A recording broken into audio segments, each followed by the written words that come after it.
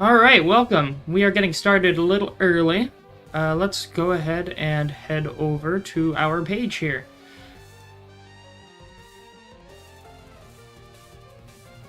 So, we have returned to the garbage heap that is fanfiction.net in the hopes that we can find something truly awful. Let's go dumpster diving, shall we? I do have a story queued up that's, looks okay, but it just seems like a silly premise. However, I'd rather look around or see if you all have any suggestions first for any weird stories we could look into. Real ear bleeding hours. Of course. Here, let me turn the music down a little bit on an unrelated note. There we go. Okay, so time to see what garbage we can find. How about here? Let's go to. I had like cartoon crossovers pulled up because I wanted to see if I could find like something with Thomas the Tank Engine. So if we can't find anything, I found an interesting combination. I found Thomas the Tank Engine and what was it? Polar Express. So that's one option.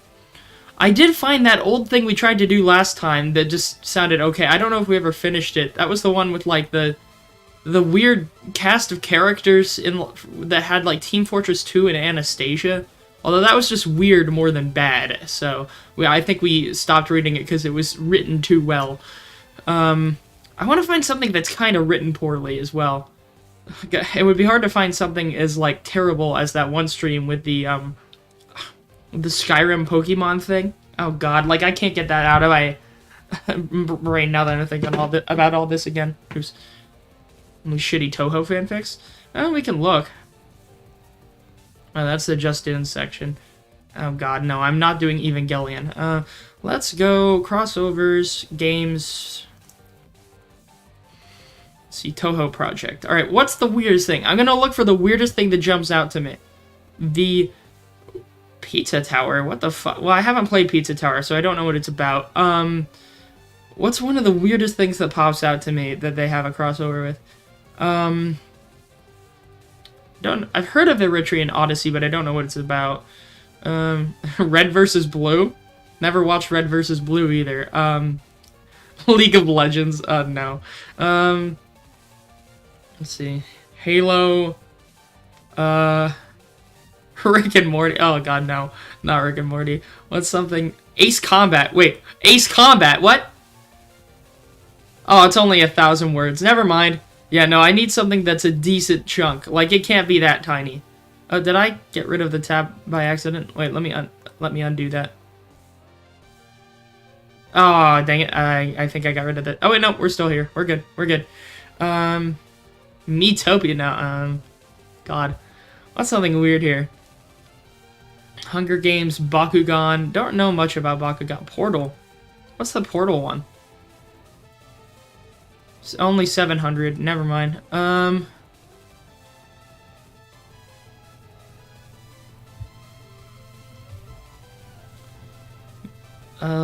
Mass Effect, Mega Man, Doom, Warhammer. Warhammer? Oh, Lord. Any FNAF? Wait.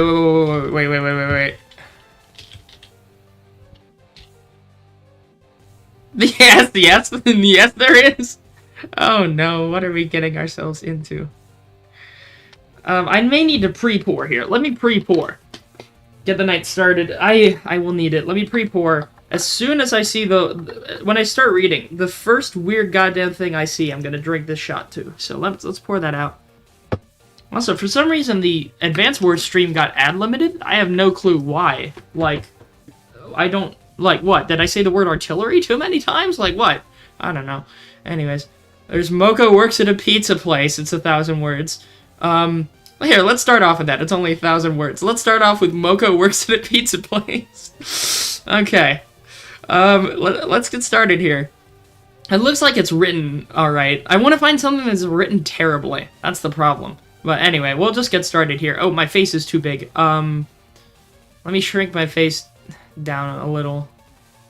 Well, maybe I could just move the window. Wait. There we go. That's fine. Close enough. Alright.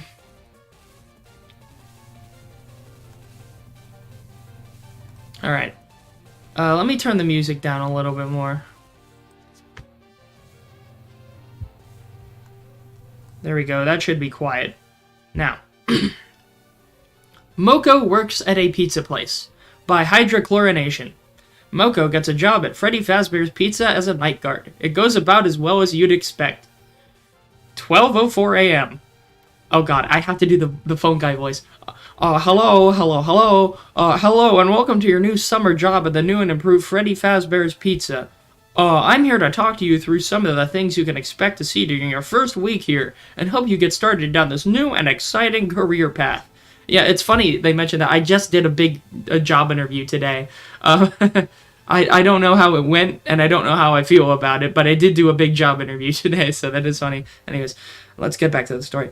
Fujiwara no Moko leaned back in her shitty office chair, allowing the phone guy's speech to blend in with the droning noise of the fan and a faint melody from a distant music box. If it was up to her, she wouldn't be here. The number of better things she could be doing here was the same as the number of deaths she'd suffered so far. But apparently, most outside world humans need jobs so they can get money and live in a house. Alright, I guess she's in the outside world, fair enough. Now, I want you to forget anything you may have heard about the old location, some people have a negative impression of the company. That old restaurant was kind of left to rot for a while, but I want to assure you, Fazbear Entertainment is committed to family, fun, and above all, safety. Moko would trade in this capitalist hellscape for a good old-fashioned expansive forest any day of the week. But alas, she was here, unable to even sleep in the streets without being harassed by those assholes in blue. Although, to be fair, it could be a lot worse. If there were a lot of job openings that she would have had no clue what to do about. The fuck is a data entry clerk, even? I would be a data entry clerk? That's kind of similar to one of the things I interviewed for recently. Oh my god. Give me that one! Alright. At least nighttime security guard was self-explanatory, if not a bit redundant. Sit at a desk for 6 hours watching cameras to make sure no one breaks in? Sure, whatever. They spent a small fortune on these new animatronics. Facial recognition, advanced mobility. They even let them walk around during the day. Isn't that neat? But most importantly, they're all tied to some criminal database so they can detect the predator a mile away. Heck, we should be just paying them to guard you. Moko let out a decidedly unladylike snort at that last sentence. That'd be a sight to see, for sure. She imagined one of Kaguya's assassins coming to kill her, only to be stopped by a 6-foot-tall, 300-pound bear with a top hat.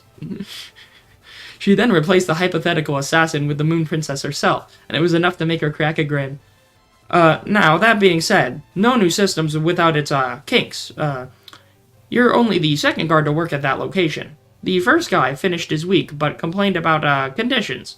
We switched him over to the day shifts, so hey, lucky you, right? Mainly he expressed concern that certain characters seemed to move around at night, and even attempted to get into his office. Is this the actual speech? Like, is this the actual, night one speech in FNAF? Because I don't remember exactly what it was aside from the hello. Great, someone's horn is blaring outside. Okay, good, it's not my car. Alright, there we go.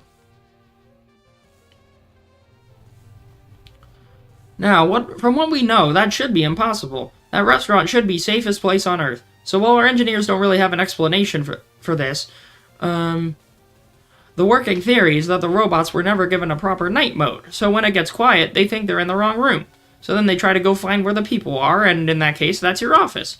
So our temporary solution is, there's a music box over by the prize counter, and it's rigged to be wound up remotely. So just every once in a while, switch over to the prize counter and wind it up every few seconds. It doesn't affect the animatronics, but it does affect one of them. Wait, isn't that from FNAF 2? I think that's from FNAF 2. What? Okay, they chose the second one? Oh, also, Big E says IIRC, yes. Here, one second, let me check something on my phone. One moment.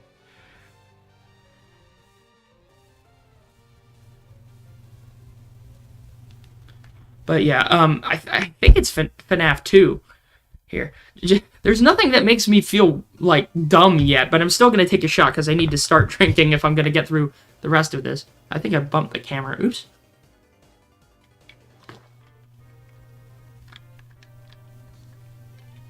Down the hatch.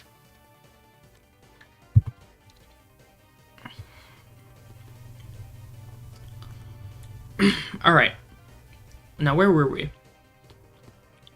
The grin slid off Moko's face. You know what? Okay, sure. Robot animals that don't have an off switch. so they're still active at night. Whatever, it's not like they want to kill. And as for the rest of them, we have an easier solution. You see, there may be a minor glitch in the system, something about robots seeing you as an exoskeleton without its costume on, and, wanting to stuff you in a suit. So hey, we've given you an empty Freddy Fazbear head. Problem solved. You can put it on any time, and leave it on for as long as you want.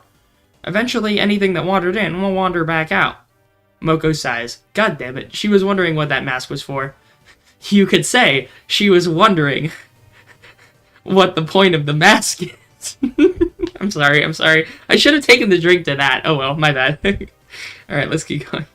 Something else worth mentioning is that, the modern design of the building. You may have noticed there are no doors for you to close. But hey, you do have a light, and even though your flashlight can run out of power, the building can't. So don't worry about the place going dark. Well, I think that's it. You should be golden.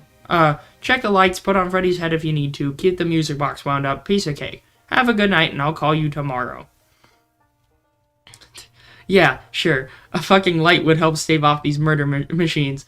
Forget the flashlight and the bear head. She had the power of mankind's first invention right at her fingertips. And she bet good money those animatronics weren't melt-proof.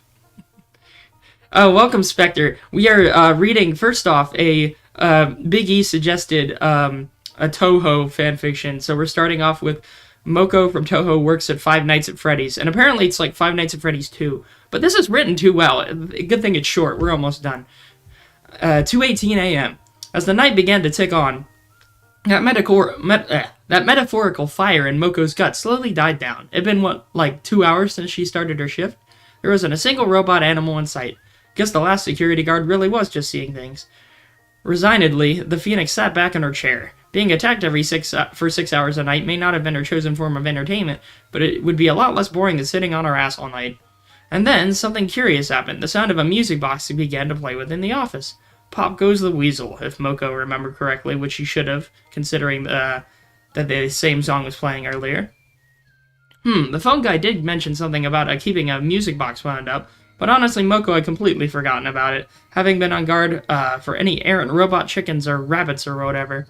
And if it's playing music, that means the robot should be heading over to the prize corner or whatever. Actually, if she wasn't the one to wind it up, then who did? Instead of continuing to have that line of questioning, though, the Immortal was soon faced with the task of recovering from having her head twisted around 180 degrees, with a certain marionette having snuck up on her. Fortunately for the Phoenix, she wouldn't have to respawn with her body stuffed inside a suit.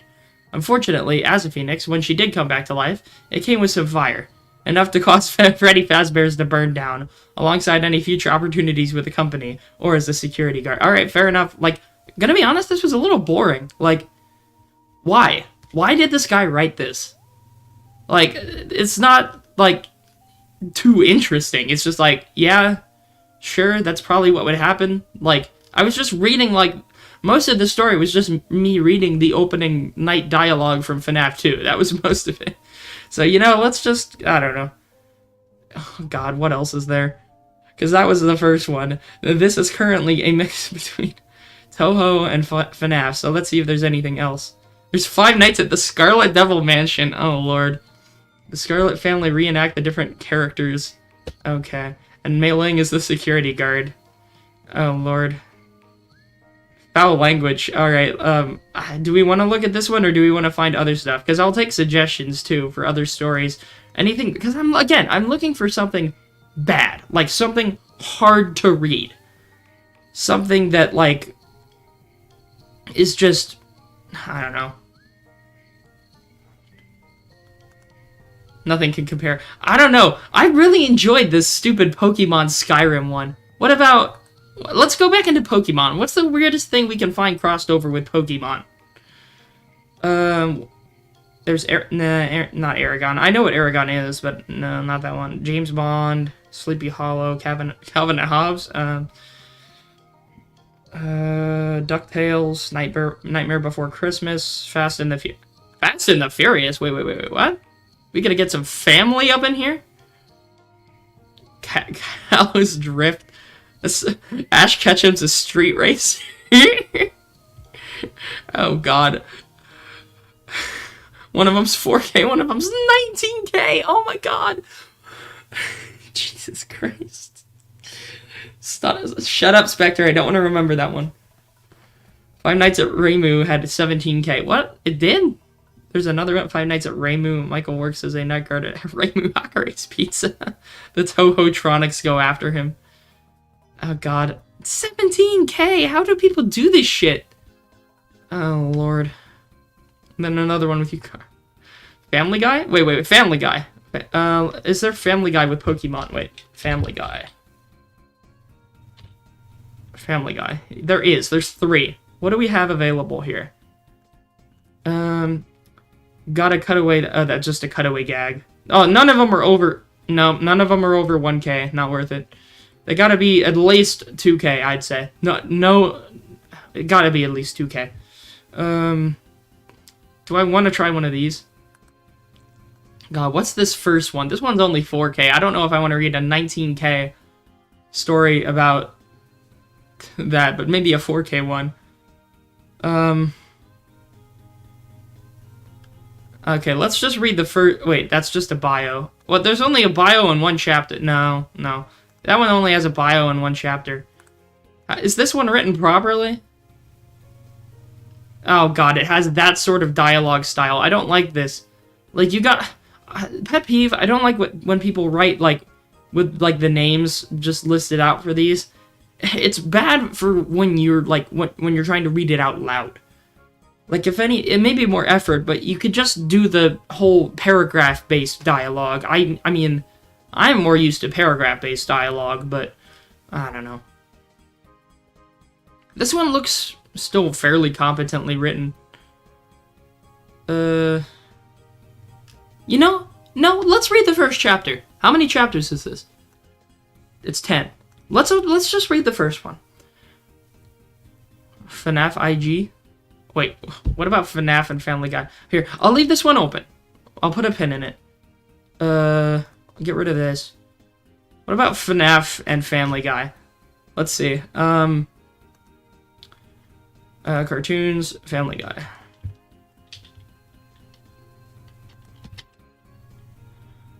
Alright, what's the... Oh, okay.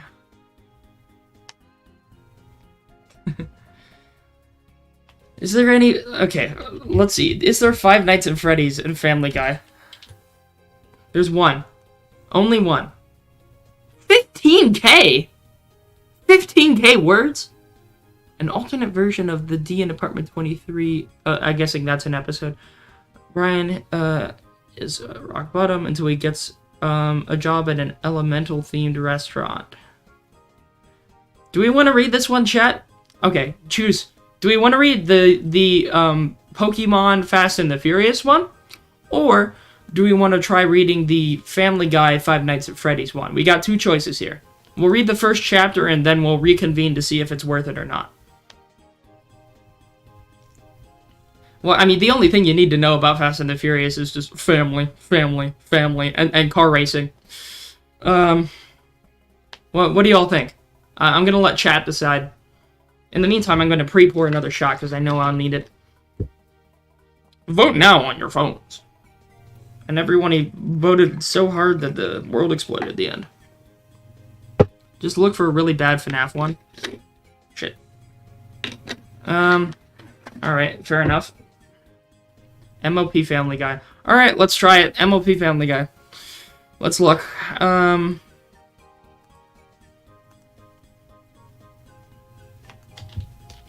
No, that's game crossover. Well, MLP Family Guy. I'm in the wrong one. Cartoons.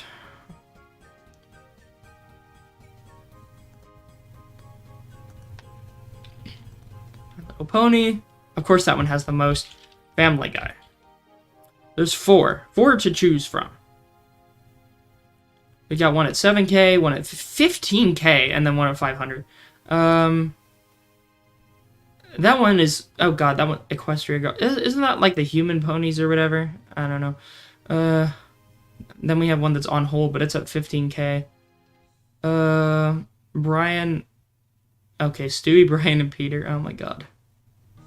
But none of them look written poorly. Let's just see if this one is written poorly.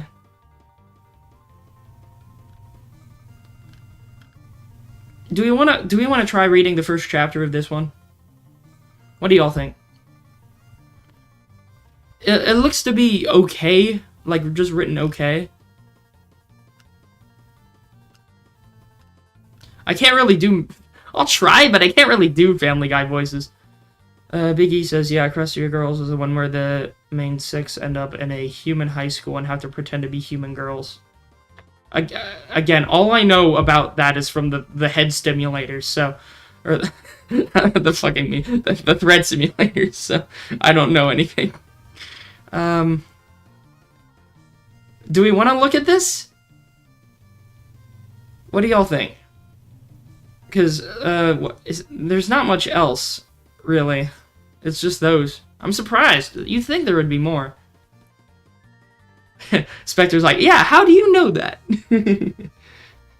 Although he watched the same... It's like those, like, thread simulator videos. They're like someone recording, like, them browsing 4chan, and, like, it has the, them going on 4chan and looking at that board, that pony board or whatever, and seeing, like, the degeneracy that they post about, and they do, like, text-to-speech voices and stuff for, like, all the random internet people that spurg out about it. Those videos are insane, man. Like, oh my god. Absolutely insane. Red stimulator. Yes, correct. Red stimulators. Alright. Let's just try the first chapter. Fuck it. It's been a while. Let's go. The Griffiths house. I never knew how they pronounced it. Is it Quahog or Quahog or Quahog? I don't know. Rhode Island. The family, except for Stewie and Brian, were sitting on the couch watching TV. Hey guys, have you seen Stewie and Brian? I thought they would always TV with us, Lois asked curiously. Why do you have the names at the end? I don't know. I guess I take back what I said about the other guy putting the names at the beginning. My bad. They said they'd be in Stewie's room. I guess they had a hell of a nightmare, Peter said. That's Chris. Don't you think we should go check on him, Dad? I mean, he could be up to anything, Chris said, a little worried about them. Man, Chris, you look more nervous than that time I was at the movie sitting next to a random lady watching a horror. Oh, they put in the cutaway gags! They put in cutaway gags! Alright, what's the cutaway gag? Now, it's time to perish, one of the men said in the movie. Ah, yelled the lady. Peter turned over and said, hey, can you shut up? It's just a horror. What? That's a terrible cutaway joke. That's not even... Okay, we're reading more of this. This is bad. This is bad. Chat, we're gonna read this. Alright, that just for that cutaway, you're getting sent to hell. Now, let's go. Okay. Never mind that, Dad. Just go to Stewie and Brian and just see what's going on, Chris replied. Oh, do I have to? asked Peter, complaining. Oh, come on, Peter. They're your family. Don't you think family should check on each other? Lois said, trying to urge Peter into doing it. That's not the advice I get from other people. Oh god, another cutaway gag! Peter was in a restaurant eating his food when a person came up to him and said, hey, I got advice that will show... I've got some advice for you that will blow your freaking mind. Really? What is it? No. Oh, no, he doesn't say what is it. He said what it is, asked Peter curiously. Never check on your family, the man replied. Peter then laughed a little and said, hey, that is good advice. End of cut. This is so bad! This is actually terrible. Actually terrible. Oh my god, what does chat say? IWGCIRD. Shut up, E. Shut up. He also said you can't have it without cutaway gags. We struck it. Time to get mining. Yeah, I'm reading this. This is bad. We are definitely reading this. Oh my god. Jesus. Also, YouTube says I have 0 viewers right now. Thank you, YouTube. They're very helpful. Alright, Peter sighed after and replied, fine, I'll go check on them. Peter walked up the stairs and opened the door to Stewie's room, only to see Stewie and Brian standing next to a portal. Holy crap! I can't do a Peter voice, but I gotta try. Where the hell are you guys going? Peter asked in shock. Well, Brian, we blew our cover. We should have known one of them would come upstairs. Should we tell him? Asked Brian. Fine, Peter, we'll tell you, but only if you promise to keep it a secret, and tell no one, Stewie said. Peter smirked a little and said suspiciously, sure, I'll keep it a secret. Brian then slapped Peter in the face, only to Peter's surprise. Ow, what the hell was that for? This is something that should not be taken lightly, dammit. You have to be serious. Promise Stewie maturely, or else I'll slap you harder than I did before, Brian said threateningly. Peter took a deep breath and replied, Stewie and Brian, I promise to keep this thing a secret. Good, now on to the explaining. Oh, Lord. After 10 minutes of explaining, Peter went wide-eyed and said, "Wow, that is freaking awesome! A dimensional portal that can travel to other dimensions in seconds. I wish I could have something like that for my birthday if my parents ever cared about me." Oh, another cutaway! Let's go, chat! The whole room was set up, and Peter was a little kid, and his dad was holding a present. "Happy birthday, Peter," he said when he put the box in front of him.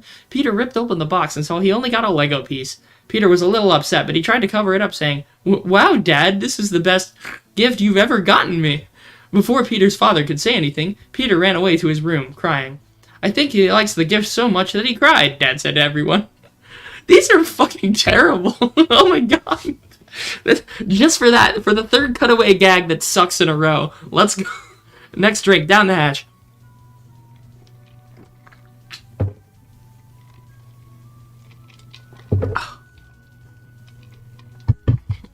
Oh my god. Are they ever gonna get on with it? Alright, let's go. Anyways, Peter, Brian and I were just entering the portal. Want to come and join? Hell yeah, I always wanted to time travel, said Peter excitingly. The trio went into the portal as it fades away. Back downstairs, the other three were sitting down, pretending to watch TV. Meg broke the awkward silence and said, "What's taking Peter so long? He should be back by now." "You might as well go check on them," Chris said. They walked up to the room only to gasp to see that all three were gone. "What the hell happened to them? Did they die?" asked Lois, panicking. "Yeah, right, they didn't die. They must have gone through a portal and went through dimensions," Chris said with a guilty smirk on his face. "You're joking, aren't you?" asked Meg, seriously. Maybe. Meanwhile, Brian and the others were walking inside the portal only to see a sky blue background around them. "Man, this is awesome. I am so going to go through this portal some other time," Peter said as he looked around in amazement. "And we're here," Brian said a little dramatically.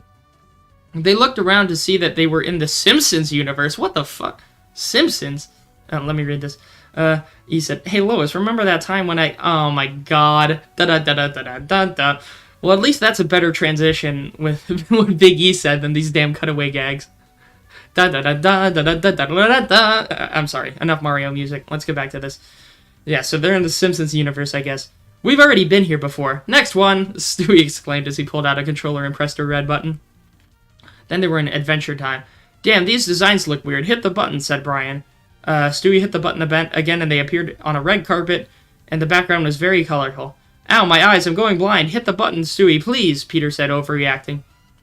"A red carpet? What is this, Aladdin? Is it a flying carpet? I don't know."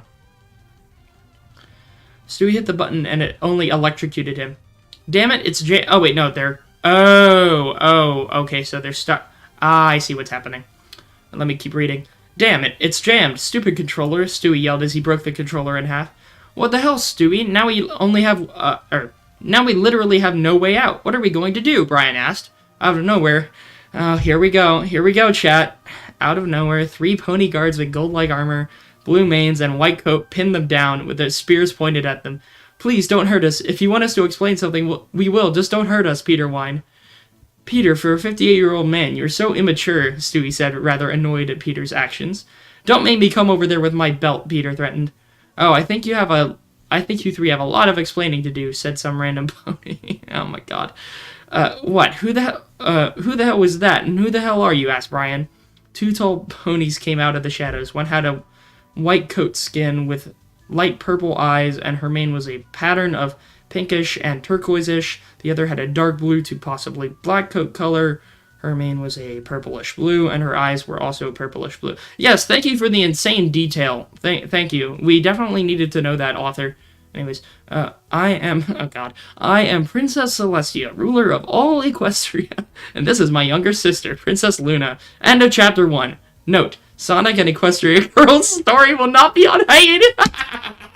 And the funniest part about this whole chapter was that note at the end. Oh my god.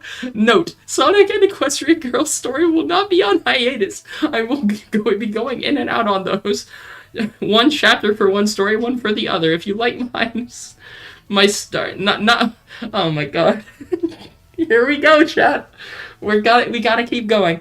All right, let me catch up on what y'all are saying. All right. He said, "Spectre, you need to watch the Thread Simulators." Spectre says no. Big E says, "Also, fun fact, Simpsons are canonically in the same universe as Family Guy." Alright, I didn't know that. Fair enough. There was an actual crossover. I heard about that, though. Oh, yeah, I remember there was one. I never watched it, but I know there was one. The Spectre said, the suspense is killing me. Alright. Chapter 2. Let's keep going through this bullshit. No, not yet, not yet. Just wait. Wait a little bit.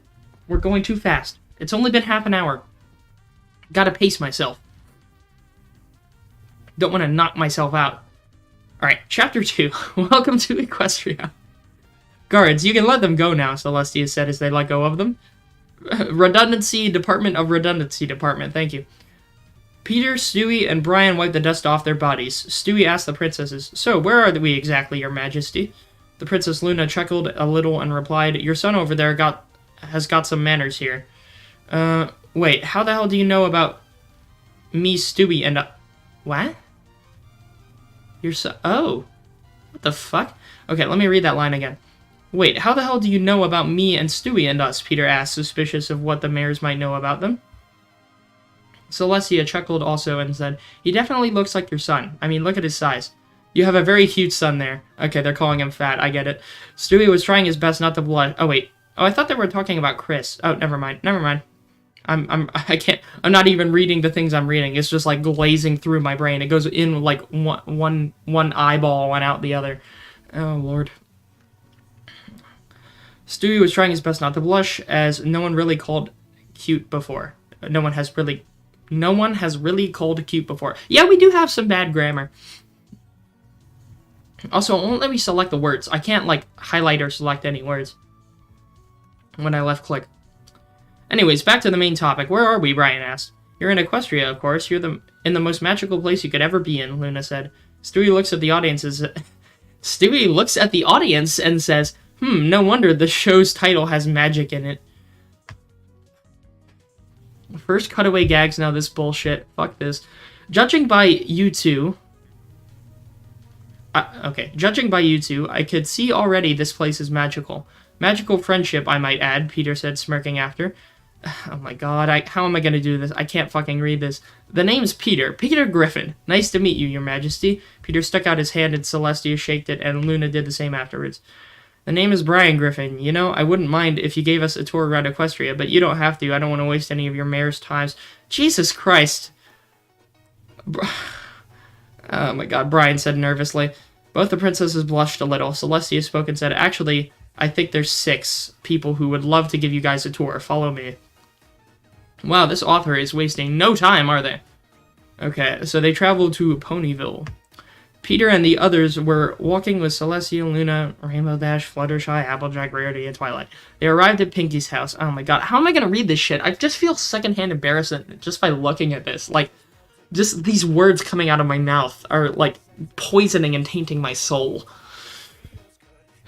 Is my roommate back? God, because if my roommate's back already, he's gonna hear all this bullshit. Oh, Lord. He probably heard when I was reading all the bullshit last time on the other streams. What am I even gonna... Spectre says, "Can't lose the edge, Gray." E says, "I have no mouth and I must scream." Shitty cutaway gags, bad grammar, unnecessary shipping. We got the trifecta. Shipping? There's shipping? When was there... I mean, I get the milady shit with Brian, but I don't know. I'm thinking too much. I need to stop thinking. Just read. 3, 2, 1, go. Twilight rang the doorbell. "Come on in," Pinky said, singing tune. They opened the door to see Pinky making pie. Great, you did a funny, cool. She turned aghast when she saw Peter, Stewie, and Brian. She had never met someone new in Ponyville in so long. Pinky tackled Stewie to the ground and said, "Oh my gosh, oh my gosh, oh my gosh, new visitors," she said as she shook Stewie violently. Yeah, shaking a baby is the greatest thing you could possibly do to an infant. Amazing. Where was I? Hey, get your hands off my son like that," Peter said, not liking the way Pinky was greeting him. Pinky let go a little nervously, and Stewie stood up. "Sorry about that. Pinky can get a little hyper at times," Twilight said. "Ugh, tell me about it. We've got a 58-year-old man acting hyper in our worlds," Stewie said, referencing Peter. "Hey, I'm not hyper. The hell you got that from?" Peter said in defense. Remember that? Oh, God. Remember that time when you woke up in the morning? What? That's how they introduced the cutaway gag? Remember that time when you woke up in the morning? Yes, I definitely remember that one time I woke up in the morning. I can't take this shit. That's it, I'm pre-pouring. Pre-pouring the next one. Next piece of bullshit I have to read, I'm taking it.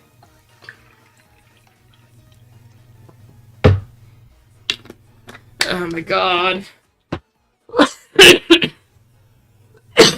I'm dying, chat. I'm dying. Stewie and the Second Amendment. Fair enough. Alright, let's keep reading. Oh yeah, the cutaway gag. Remember that time when you woke up in the morning? Cutaway, Quahog, Rhode Island. Peter ran into the living room and jumped around excitedly. Good morning, guys. How's it going? Peter said as he laughed and toppled over the couch, making everyone fall off. End of cutaway. I just poured it. No. Have patience. Don't drink it yet. No, not yet. Just wait. Just wait. You already had 2. Just wait. We're gonna keep going. Yeah, whatever. Now, what about that tour we're going to do? Asked Brian. Well, girls, I think it's time to give them the tour around Equestria, Ponyville to be exact, Celestia said. We'll be right back at our castle. They walked away, heading back where they came from. How long is that walk? I don't know how far away. What are those 2 different cities? Just walking down the road? Alright, fine. Ooh, I'm excited. We've never had a visitor in so long. I have to welcome you, Pinky said. And how are you going to do that? With a song? Stewie asked with a smirk. Actually, yeah, brace yourselves. No, I'm not doing this. I'm not gonna read the fucking song. They wrote a fucking song. We're not gonna read the fucking song. Why is this a thing? He said, remember that one time when you did the thing in the place? When the thing in the place did the funny? Breaking my brain. On God, oh God. Pinky pulled out a wagon and pressed a button which opened the wagon, revealing flags, confetti cannons, and a bakery oven with music playing. Pinky started to dance. Do I have to read it? Alright, fine. Welcome. A fine welcome to you. Welcome. I say, how do you do? Welcome. I say, hip hip hooray. Welcome to Ponyville today. There we go. You got your bullshit. There you go. Shortest song. Thankfully, the author graced us with a short song. I definitely feel welcomed. Welcome to a hyperactive party animal, Stewie said as he put his hands on his ears. Oh, come on, it's not that bad, Pinky said. Once you really get into the tour, you'll be welcomed even more. Come on, guys, it's time for the tour. End of tour, Ponyville, 5 o'clock. Oh, they skipped it. Thankfully, the author skipped it. Let's go. Wow, the princesses were right when they said this place is magical, Peter said, eating a donut. Question. Has there been any history between the princesses? Stewie asked curiously. That's certainly a question you can ask. Alright, fair enough. The main 6 put their heads down as if they did something wrong. What's the matter? Asked Brian. Well, it's been some history with the Celestia and Luna. Not one, but the, Applejack said. Flashback. While the scenes were going. Yes, while the scenes were going. Great description, author. The mares were explaining what happened. Princess Luna was once known as the Mare in the Moon, Nightmare Moon, Twilight explained. Her plan was to make this planet in nighttime forever, Rainbow followed up. The only way we could stop her is if we retrieve the 6 elements: honesty, laughter, generosity, loyalty, kindness, and magic, Rarity said. That was the plot? That was the plot of the show? Or one of the seasons or something? Yeah, I mean, that is as generic as possible. Fair enough. We had to go through the Everfree Forest, a place where no one has come out of, Applejack explained. Twilight was watching on as we displayed our personality, and she was happy that she had friends like us, Fluttershy said. Oh my god, did you... Okay. And then we retrieved the elements of harmony and defeated Nightmare Moon once and for all and brought peace to Equestria, Pinky said, without any spaces, goddammit. Not giving Twilight the chance to explain. Twilight glared at Pinky menacingly, only to make Pinky smile even more. Man, that seemed like some nutty stuff. Those elements must be powerful. I need them. Okay, Peter exclaimed as he ran away in a flash. What? Okay. Everyone just looked at him seriously as he walked back to them and smiled sheepishly. I forgot I have no idea where they are. Oh god, what is chat saying?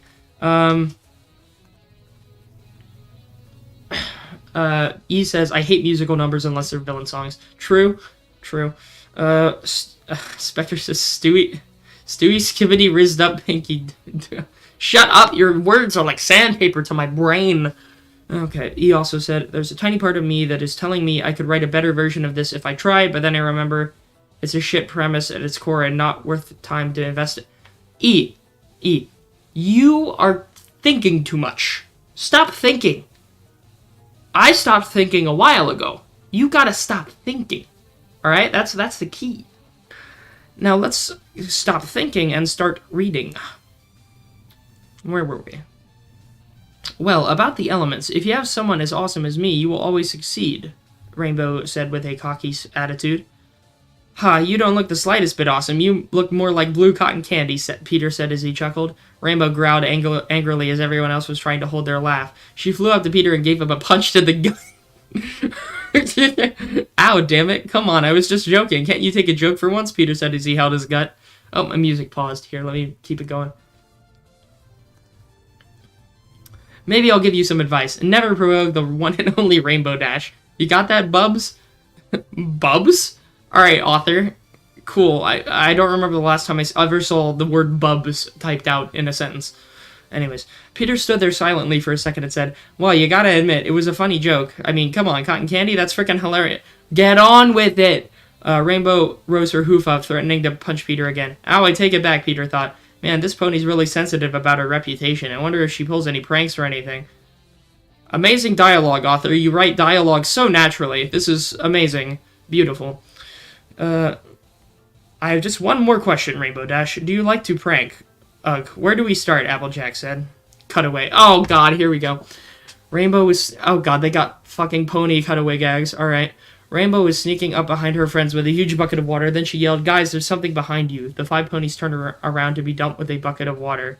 Rainbow, yelled everyone. Ah. These are the worst fucking cutaway gags I have ever fucking read. That's it. Alright, third one's the charm. Bottoms up.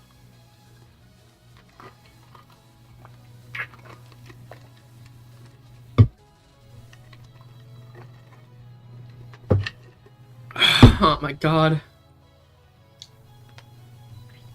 E says, that is what I do, I think. Spectre said, no think, just do. E says, Garfaleld, you're thinking us out of house and home. I ate thus food. Sorry. Anyways, Rainbow started laughing on the floor. I got you guys so good on that one. That was a classic. What, did the cutaway just, like, what, play above them or something? And they're reacting to their own cutaway gag? Is that... I'm thinking, I need to stop thinking. Let's just read. Man, she must be pranking you guys daily, Brian said, judging by Rainbow's personality. Pinky gasped, which made everyone, even Rainbow, flinch a little. I totally forgot. I forgot to throw a party. Everyone that is new should have a welcome party. Be right back. Pinky ran off to leave a trail of dust behind her. So, you guys want to see our places? Fluttershy asked. Sure, I'll be glad to, Stewie said. Sweet Apple Acres, 635. The way that is written, it reminds me of, like, a Bible verse. Like, with the way the time is after the... I don't know, that just read like a Bible verse. Yes, open your Bibles, turn them to Sweet Apple Acres, chapter 635. Alright, anyways. Welcome to my place, Sugar Cube. Oh god, they wrote out the accent. They wrote out a southern accent. Alright. Welcome to my place, Sugar Cubes. Welcome to Sweet Apple Acres. This is the place where we collect apples from the apple trees. Very descriptive. Amazing description. Wow, this is so cool, Peter said as he was at a tree full of apples. Great grammar. Peter kicked the tree so hard that all the apples fell, and the tree had broken in half. Peter looks at the viewers and says, Roadhouse. Okay, that was funny. Fuck it. Just... I don't know why I laughed. Okay, that's the first actual genuine laugh this story's gotten out of me. And it's not even good. I don't know why I'm fucking laughing. Man, what am I doing? Oh, I'm sorry. I knocked into the my setup. Apologies. E says, the Book of Sweet Apple Acres. Thou shalt not harvest the spoiled apples. Fair enough. That's a beautiful verse to live by. Put that on my goddamn car like a bumper sticker. Roadhouse. Alright, let's go. Wow, you have... I can't read. Wow, you two have mighty strong father over there. You two have mighty strong... Not a father, you have mighty strong father over there, Applejack complimented. I just don't know how he does stuff like that, Brian said, confused of what Peter has done before. This is... Okay, good. I was looking for, like, bad writing. This is bad writing. We have found gold, chat. Alright, let's keep reading. Who the hell's that red pony over there? Stewie asked as he pointed to the pony. Oh, that's Big Macintosh. He helps out with collecting the apples, Applejack said. Yup, Macintosh said as he heard what's going on. He walked up to a tree and kicked it with his hoops. Obviously. As opposed to with what? Kicked it with what? Okay. The majority of the apples fell into the basket. Peter grabbed his own bucket and put the apples he knocked in there. Wow, I can definitely see these two working together. No. I can definitely see these two working together working. Agreed? Applejack asked. Agreed, everyone said together. Peter walked up to everyone and said, you know, I kind of feel like working here. We get it! Peter, you would most likely slack off. Remember that time when you got fired for timing your farts in a thunderstorm? Brian said. What the fuck? Alright, cut away. So guys, today we're going to be talking about... This guy's voice was silent when the thunder cracked, and Peter sighed in relief after he farted. And how the thunder crackled again, which Peter farted again and sighed in relief louder. So I say we write a prompt about lightning struck, and Peter thought that thunder was going to rumble again and ended up farting out loud. Excuse me, Peter said sheepishly. End of cutaway. How does this guy, like, what is this author's thought process? When they're like, I should put a cutaway gag. And then this is the result. Like, what is the inner workings, the machinations of his mind that make him decide, yes, this is a good thing to write down. In fact, you could apply that to the whole story, not just the cutaways. Heh, I forgot about that. Okay, time to go to my house, and I'm telling you, you are going to love it, Twilight said. Twilight's house, the library, 7 o'clock. The team walked in to see all the lights were off. What the hell's going on? Brian asked. Turn on the lights, Stewie exclaimed. Fluttershy walked around and turned on the lights. Wait, do they have electricity? Is that a thing? No, I'm thinking again. Stop it. They couldn't believe what they saw. There was a disco ball, chips, hot sauce, ponies everywhere, and much more sweets. Surprise, Pinky said as she appeared in front of Peter, Stewie, and Brian. I told you I'd give welcome parties to new people. I mean, seriously, who wouldn't throw a party? That would make me sad. The three were walking over to grab some punch. Okay, let me check chat real quick. Working together, working, trademark. Also, E says, hey, it's just like the real Family Guy, inserting random cutaways when they have reason to be present. Well, like what made them choose that specific one? Or, like, yeah, yes, that's, I don't know. Like, just that thought process. I don't know. Man. It's too bad Seth MacFarlane was so successful with Family Guy. He should have just done crooner music. Like, Seth MacFarlane is such a good singer. I mean, he was trained by the same vocal coaches that taught Frank Sinatra before they died. So, I mean, again, if you don't know, look up Seth MacFarlane's actual, like crooner music. He does good shit. Anyways. Where were we? Oh, yeah, they were walking over to grab some punch. And that's why when I forgot to throw a party, I went like gasp, which is why I throw parties for everyone to meet new friends. Peter, Stewie, and Brian took a sip of the punch, only to go wide-eye after. Holy crap, holy crap, I gotta say it properly. Holy crap, this stuff is frickin' sweet, Peter complimented as he continued drinking. This is more delicious than the milk I drink from my bottle, Stewie said. So sweet, Brian said as he continued drinking his punch. What are these chips over here, Peter asked. Oh, I call them Pink's Tito's. Wait, did you just make a reference? Is that a fucking reference? Oh my god. Brian asked. Well, of course I did.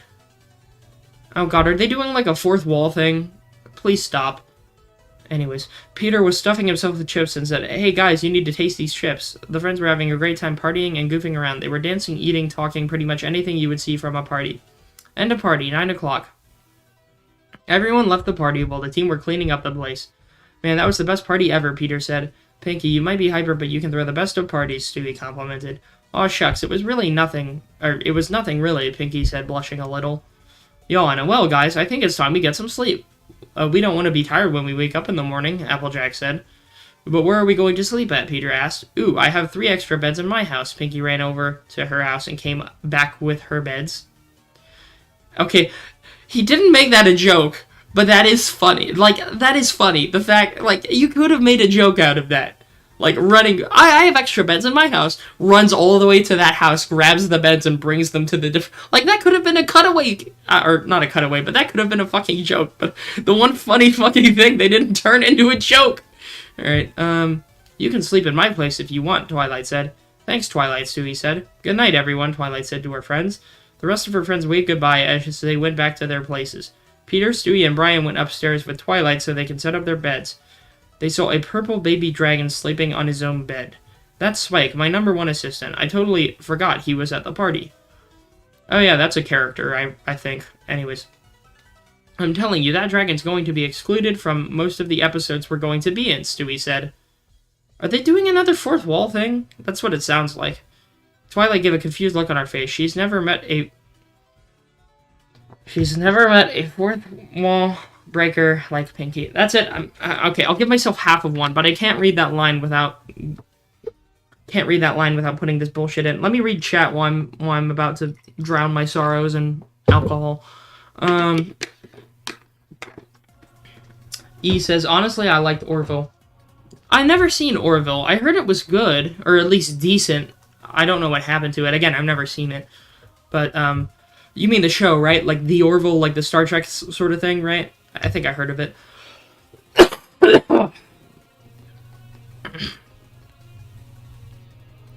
Alright, where were we? Oh yeah, fourth wall. Shut up.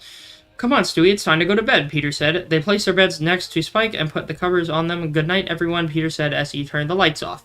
End of Chapter 2. There will be a 3rd chapter after Chapter 6 of Sonic and Equestria Girls. I will be selecting episodes from MLP FIM and add Peter, Stewie, and Brian in it.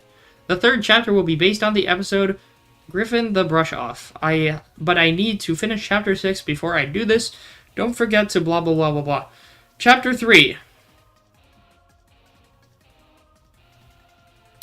Biggie said, yeah, the Star Trek spoof Seth MacFarlane made. It was fun and stood on its own 2 feet pretty well. Yeah. It did look interesting from the, like, trailers and stuff, but again, I don't really watch much TV. Who knows, maybe if I ever start watching TV, or any, like, streaming service, or, I don't know, whatever. Eventually, I may watch it. Let's see. Chapter 3. Griffin the Brush Off. The library. Peter had trumpet and started playing it, waking Brian and Stewie up. Wake up, sleepyheads. We have a long day. Oh, does he mean like the military, like reverie or whatever? That's probably what he means. And it's a bugle, not a trumpet. I don't know. I'm thinking again. Stop thinking. We have a long day, he said as he placed the trumpet once again to Brian's annoyance. Peter, I swear to God, if you play that trumpet one more time, I'm going to shove it up your ass, he exclaimed. Peter stopped playing the trumpet and said, Hey, have any of y'all seen Twilight? I don't know. Let's try and look for her, Stewie said. The park. They're at the park now. Hoof-biting action overload. She was like a stunt superstar, flying higher and higher, then Rainbow Dash swooped down, swoosh, and right before she hit the ground, shoom. Oh, he's writing the sound effects. Shoom. She pulled up. Vroom, said Pinkie Pie as she was making noises. Twilight was reading her book. Uh-huh, Twilight said, trying not to pay attention to Pinkie at all. And then she looped around and around like woo, woo, woo, woo, woo, woo, woo. With italics. Woo with italics. Woo with italics, Mr. Squidward. I'm sorry. Pinkie was laying on the ground when she saw Rainbow Dash fly overhead and followed her. Phew, Twilight said in relief as she flipped to the next page. Rainbow Dash, said Pinkie Pie. Rainbow grunts as she eyes Pinkie following her. Pinkie Pie, not again, said Rainbow as she flies faster. Rainbow Dash. Not now, Pinkie Pie. Rainbow Dash flies faster. But Rainbow Dash, I'm in the middle of something. But I said not now. Before Rainbow Dash could finish her sentence, she crashed right into a mountain. I was gonna tell you to look out for that mountain, Pinkie Pie said. Rainbow Dash then grumbles. My Little Pony theme song. Oh, Lord. Oh, they're just doing an episode, I guess? Are they just doing a regular-ass episode? Alright, fair enough. Episode title, Griffin and the Brush Off, Ponyville Plaza. Pinkie Pie is humming while walking through the plaza. Rainbow Dash, who was sleeping on a cloud above the plaza, heard Pinky humming, so she used some of the clouds as earmuffs so she cannot hear her. Hi, I'm looking for Rainbow Dash. Have you seen her? Pinky said as she asked some of the ponies on the whereabouts of Rainbow Dash. While Pinky continued asking others, Rainbow put her head into the cloud like an ostrich, but the rest of her body was shown. Pinky then came upon Twilight and asked, Hey, guys, have you seen Rainbow Dash? Isn't she right up there? Twilight said as she pointed Rainbow Dash on the cloud. Rainbow Dash, said Pinkie Pie. Rainbow took her head out of the cloud and looked both ways. She then flew away as Pinky was hopping her way to her. Rainbow hid behind the Apple family barn. Phew, that was close, said Rainbow Dash. They're just doing a... Is this like a... This just looks like a transcript of an episode. Is that what this is? I don't know. Phew, that was close, said Rainbow Dash. Hi, Pinky said as she was right behind Rainbow. Ah, Rainbow flew faster than before and hid behind a tree above the town library. Rainbow pants so hard she can regain her breath, but she was sitting on Pinky's head. Hi again. Ah, Rainbow flew past Sweet Apple Acres with Pinky hopping after her. Rainbow Dash was on a cloud. As soon as the coast was clear, she descended near a pond. Pinky came out of the pond with scuba gear. Yeah, this just sounds like a transcript or something. Piffy, I need a favor, Rainbow Dash. What? Said Rainbow as she prepares to run again but stops. Oh, forget it. I totally promise it'll be totally fun, Rainbow just sighs. Okay. At the scroll shop. Okay, they have a... Okay, what's a scroll shop? Whatever. Pinky and Rainbow were outside a building. Rainbow... come on, where's Peter? I need Peter Griffin, goddammit. Rainbow has a cloud while Pinky was acting as a guide, telling Rainbow Dash where to place the cloud. Over to the right. No, a little to the left. Oh, wait, back to the right. Now a little leftish while staying rightly.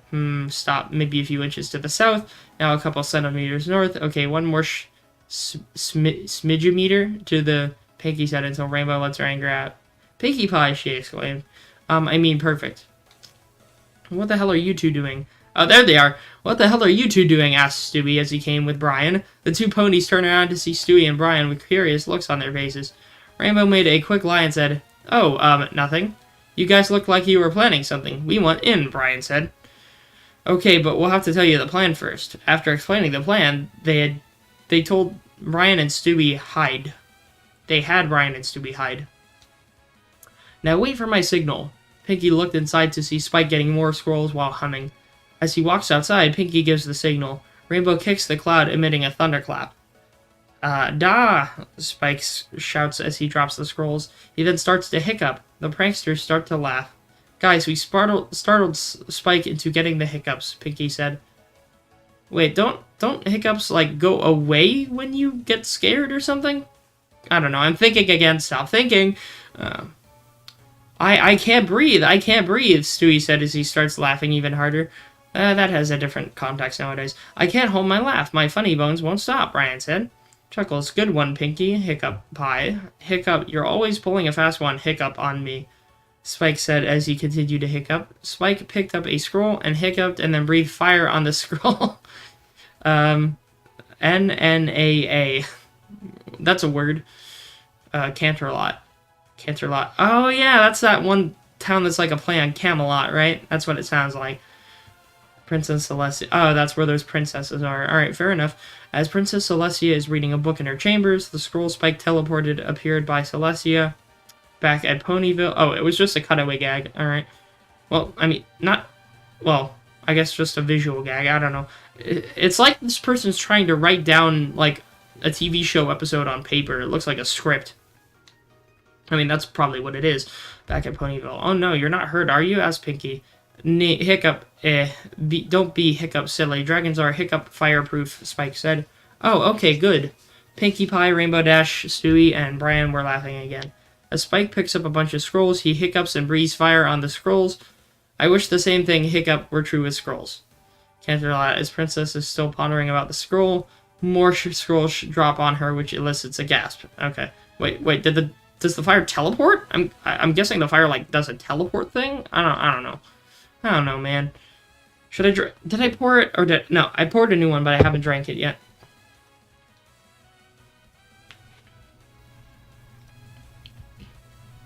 Oh god, we're only an hour. We are only an hour into this. How much more of this bullshit do I have? I may have to look for more stories, because this one's just meh. Oh god, we got a cutaway gag coming up. Let's see. The pranksters continue to laugh while Spike hiccups and teleports more scrolls. Please, someone help me. This is too freaking funny, Stewie said. Have you ever seen anything more hilarious? Said Pinky. I can think of one thing, Rainbow said. Rainbow kicks the cloud emitting thunder, but it only scares Pinky. Ah, Pinky then gets the hiccups. I didn't take you for a prankster, Pinky, Rainbow said. Are you Hiccup kidding? I Hiccup love to pull pranks. It's all Hiccup in good fun. And Pinkie Pie Hiccup loves to have Hiccup fun, Hiccup. You know, Pinkie Pie, you're not as annoying as I thought. You want to hang out? That'd be Hiccup. I'd really Hiccup. When do Hiccup? I mean Hiccup. When would you? Said Pinky, until Rainbow shakes her head and puts her hoof on Pinky's mouth. A simple nod would do. Mm-hmm. Stewie and Brian, want to join? Oh my gosh, yes. I haven't had this much fun pranking since I was with Bart. Oh god, is this a cut? Yep, it's the cutaway.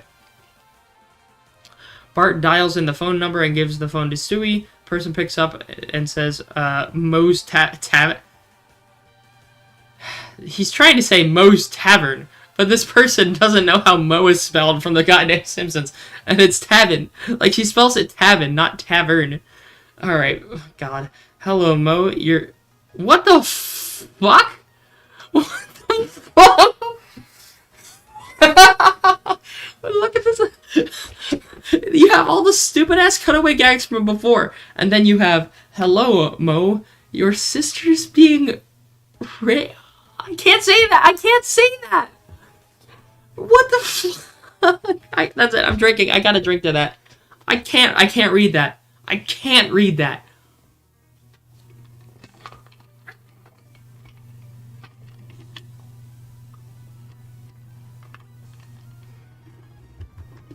And that's it. That's the end of the goddamn cutaway. That's it. Oh my god. I can't take it anymore. Eating a burger with no honey mustard. Eating a burger with no honey mustard. Alright, let's just keep going. Y'all see that word? Yeah, y'all see what that word is? Your sister's being... Yeah, I can't say that word. YouTube will punish me for saying that word. That is the cutaway gag. Anyways, outside Carousel Boutique, Stewie knocks on the door. Is she even home? Asked Rainbow Dash. I don't know, but if she is, it's going to be so funny, said Pinky as everyone was chuckling. He says, how could this happen to me? Oh yeah, I made my mistakes, got nowhere to run, the light goes on as I'm fading away. Tried so hard, I got so far. Yeah, no. Yeah, this is truly a terrible, like, I can't. I'm not gonna try to think about that. Let's just avoid that word. Anyways,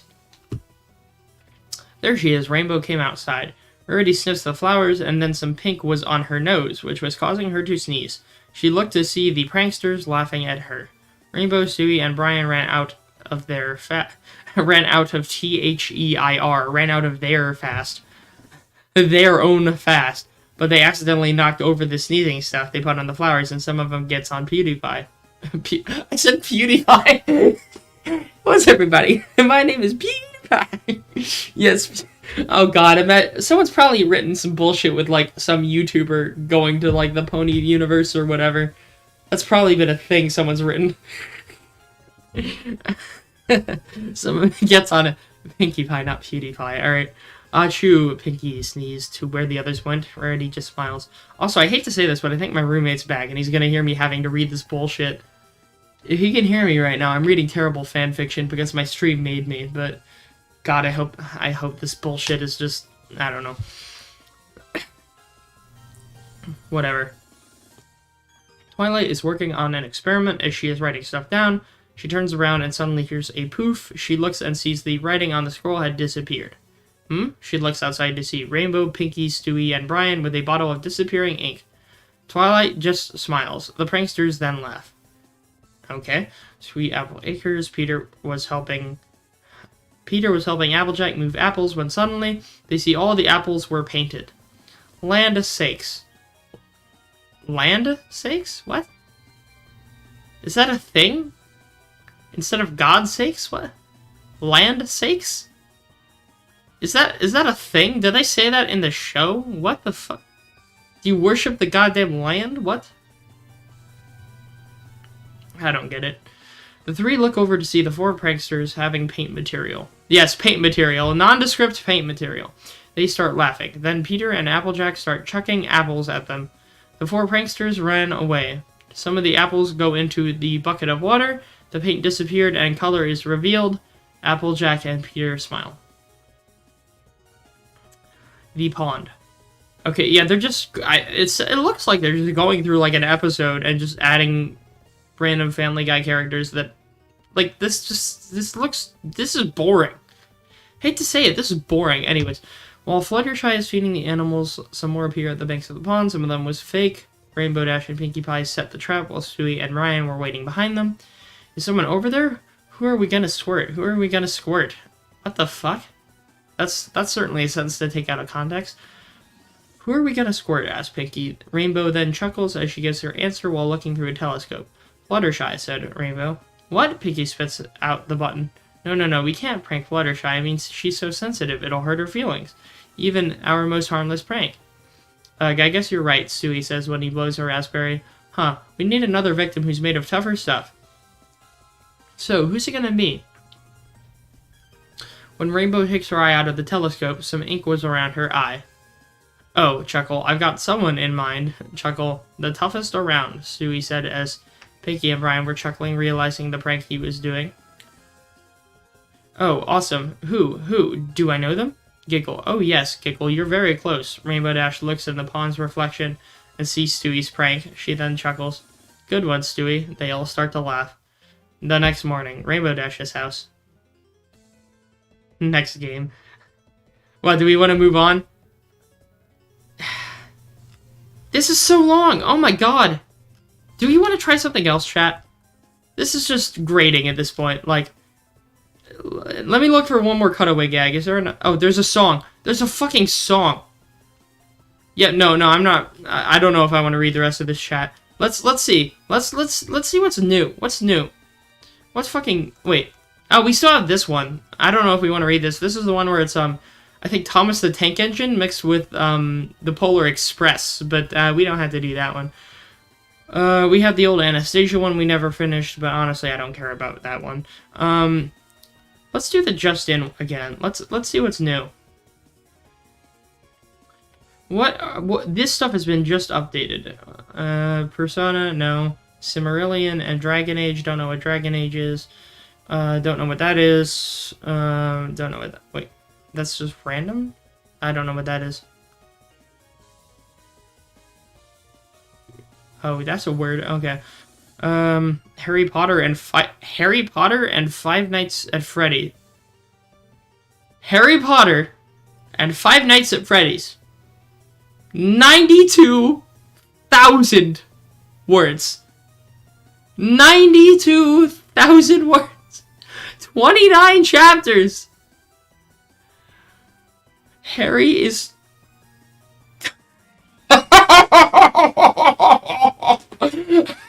the fucking description. What is this description? Oh my god. Let me just read this description for you guys for the Harry Potter FNAF one. Harry is trans, called Harriet, and gets adopted by Sun and Moon. Shenanigans ensue. Characters all Weasley, Dumbledore, Petunia, Dudley, Marauder, Snape. The Glam Rocks, FNAF characters in general, several dead people, and they only put you in 2 fandoms on this. There are more, but it won't be as important. Marvel, Danny Phantom, etc. What the fuck? I gotta see at least what the first I gotta read the first chapter. HP FNAF. Sorry for the lack of a more creative name. The fic is better. Sure, it's better. Sure! What is this bullshit? HP FNAF. Oh my god. What is this? Trigger warning contains scenes of child abuse. Most varieties except oh my god. Except sexual child neglect and, in my opinion at least, kidnapping. What do you mean your opinion? In your opinion it doesn't contain kidnapping? What do you mean? What do you mean in your opinion it doesn't contain kidnapping? What the fuck? That's it. That's it. Pouring another. Can't. I gotta. Can't do this. Oh my god. What is this? Oh, I'm dying. Let me check chat. Okay, let me check chat. He says, I know a great source of cringe, Homestuck. Harry is trans. COVID is your answer, sir. Dear God, this is gonna be good. Lost in 3 words. The cringe minds are plentiful. Tumblr charts are the gift that never stops giving. I'd rather read erotic fanfic. Oh, well, that tells me a lot about what your preferences are, Spectre. Anyways, enough of your fetishes. What is this? Please tell me the grammar's bad. Please tell me the grammar's bad. How long is the first chapter? Okay, it's not long. Chapter 1. I forgot to put the trigger warning in. That's the name of the first chapter. Oh god, it starts with, it was a dark and stormy night. The first fucking words is, it was a dark and stormy night. Unironically. Oh, this isn't going. we gotta read the first chapter at least. Oh. I bonked into the computer again, my bad. Do you need me in voice chat with you for emotional support? I'm just saying, I'd rather read a bad fanfic than that. Sure, E, you wanna join? You bet, I'm VCing you right now. You better join in this bullshit with me. Mute the stream, E. You're joining me with this bullshit. Come on, get in here, get your ass in here. I can't do this alone. Come on. Here. You there? Hello? I am here with you, brother. We will trudge through this together. Oh my god. Alright. Let me adjust this bullshit. Alright, just go ahead and say something so I make sure your volume's correct. Alright, testing. Should be fine. Alright, let me just adjust it a little here. I'll turn the music down a little bit more. Don't know how much more I can turn it down, though. There we go. Close enough. Okay, back to the stream. Let me check the chat one more time. There we go. Yep, we're good. Okay, well, I guess I'm gonna have to suffer through this. So we shall suffer together, to brother. start with the story that unironically starts with the words, "It was a dark and stormy night." Here we go. It was a dark and stormy night when Tom came to call on the Potters. A fight broke out between the Marauders and the Death Eaters. By the time the Order of the Phoenix and the other forms of backup came, all but 3 Marauders and a small baby Harry were dead. James had died fighting Peter. Hey Peter, who was nowhere to be found after the fight. Lily had unfortunately been lost in a fight with Tom and Bellatrix. The Order of the Phoenix joined the fight and the battle rages. Tom's It's funny that they say Tom. Don't they mean Voldemort or whatever? I don't know.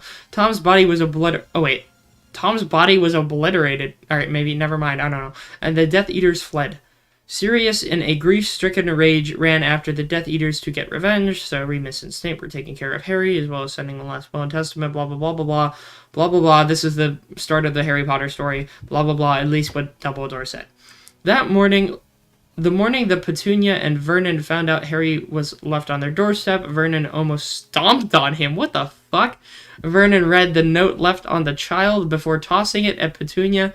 Petunia read the note multiple times. Lily Potter, formerly known as Lily Evans, passed away 2 days ago. The child's name, Harry Potter, is the only child of Lily and James Potter, the only remaining Potter. We formally ask that you care for the child until further notice. We will send a compensation regularly. Not even a please or thank you, Vernon grumbled.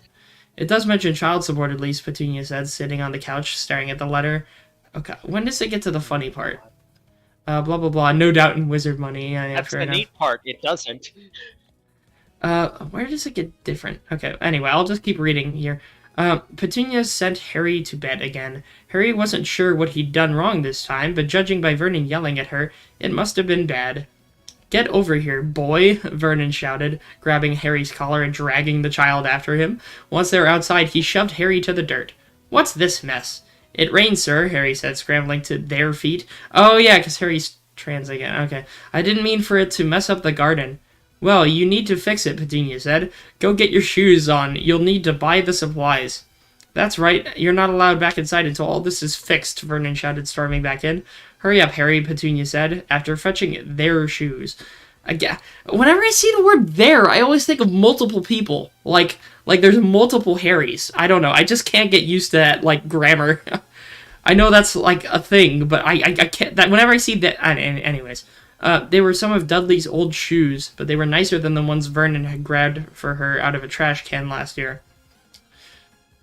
"What are you doing in my room?" "Cleaning, Harriet." Oh my god, we're actually gonna have to say Harriet this whole goddamn chapter. Harriet had to console her cousin. Oh my god. She didn't want him to hit her, but she couldn't do much if he decided to. "Aunt and Uncle said so," Harriet ducked. "You'd better not have broken anything," Dudley wailed, knocking something over with his flailing fist. "What did you do?" "I didn't. It was... ? "Mom, Harry's messing up my room again." Dudley came at Harriet, What the fuck? Dudley came at Harriet, who could only cower in terror of being hit. "Harry, what are you doing in Dudley's room?" "You asked me to clean," Harriet said. She was curled in on herself, trying to make herself as small as possible. It was surprisingly easy since she was small for a three-year-old. What the fuck? Oh my god. 3-year-old. What? Should I even be reading? Should I even be reading this? Okay, let's just go for a few more lines to see what the hell this is. Spectre says, "I'd like to keep my brain cells." Yeah, me too, but I can't have such luxuries. Yeah. Anyways, she broke my blank. It's literally an underscore. She broke my blank, Dudley screeched. And by blank, I mean literally 2 underscores. Like, I don't know what the hell the blank is. That's what's written here. I don't know. Dudleykins, okay. Dudleykins, it's alright. We will get you a new one. They don't even say what it is. Okay. "We will get you a new one," Petunia said in a soft baby talk voice. "You go to your room, don't come out till you're asked for it." "Yes, ma'am," Harriet said, wiping her eyes and running out of the room. Keeping freaks like you is expensive, you know," Vernon said. "You cost us a lot of money just by being here. You should be grateful we even let you stay." Vernon threw something at Harriet, and she flinched away, dodging the worst of the blow, although there was still some impact. "Yes, sir," Harriet said in the softest tone she could manage. Oh my god. While collecting the dirty laundry.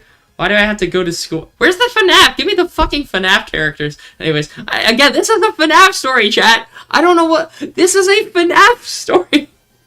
Anyways, why do I have to go to school with him, Dudley complained. He's just a gross freak. "Maybe school will teach him how to be more useful around here," Petunia said. "Your cousin is such a crybaby," one of Dudley's friends said. "What a loser. Can't afford better clothes, freak," one of his other friends said. "Let's chase him," another of the boys said. "Maybe he'll be more fun if we make him run." "Run," Dudley growled, and Harriet did. "Out of the way, freak," Vernon growled. Wait, this looks like they're, like, combining a bunch of times, like it's a bunch of time skips, it looks like. There's, like, lines between these. Maybe they're, like, trying to do, like, a flash forward. I'm thinking again, stop thinking. Alright, anyways. "Here," Petunia said, handing Harriet a bag of things. "Go to your room and don't come out till you're called for." Harriet took the bag and ducked into the cover under the stairs. "I mean, Harriet, I don't want you to see you again today." Petunia sniffed and then turned away. Harriet sniffed before opening the bag, and the bag had a little light, a small amount of food, as well as a whole box of pencils. Brand new. Harriet clutched her prize to her chest. Joy Bloom. Okay, whatever. Next chapter. Where's the fucking FNAF? Let me just scroll through the end of this chapter to see if there's anything FNAF-based. I don't... Lie to us. I don't see FNAF shit in chapter 2.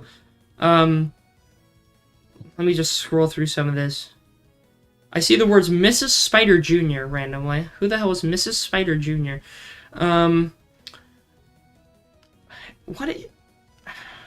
It's just... Should I just... I may just skip this chapter. There's nothing FNAF.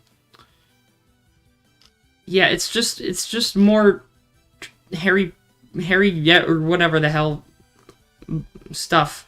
Vacation? Oh, there's a vacation now? Alright, let me look at chapter 3. I don't want to have to read this bullshit. Who's the hell is a Mrs. Fig? There's a Mrs. Fig? Maybe it's... I don't know. There's other characters. I don't know. Margaret, Samantha? Who the hell are these people? I don't see a single FNAF reference. Day one at the... Oh. Alright, well, what is chapter 4 here?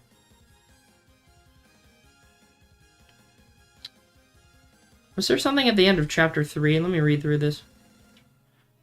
Oh,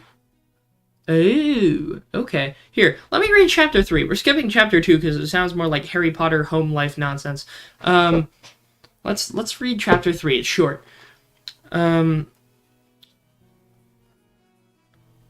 What do you mean Miss Fig can't take it? Vernon growled. Harriet's eyes opened at the loud sound. She shifted, wondering what was going on with Miss Fig. Again, I don't know who this is because I skipped the chapter, blah, blah, blah. Miss Fig isn't doing too well. She needs to see a doctor about it. Petunia's voice was much softer, but Harriet was used to listening in on their conversations.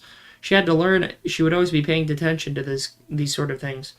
Knowing it made it easier to avoid angering Vernon and Dudley. Petunia was a little harder to avoid angering, but she never hit her, so it wasn't as dangerous, even if it... Jesus Christ. Even if Harriet wanted to not make her mad. What are we going to do with that thing, then? Vernon growled. They were definitely referring to Harriet now, and Vernon was already angry. Harriet would need to be on her best behavior until he's not as mad.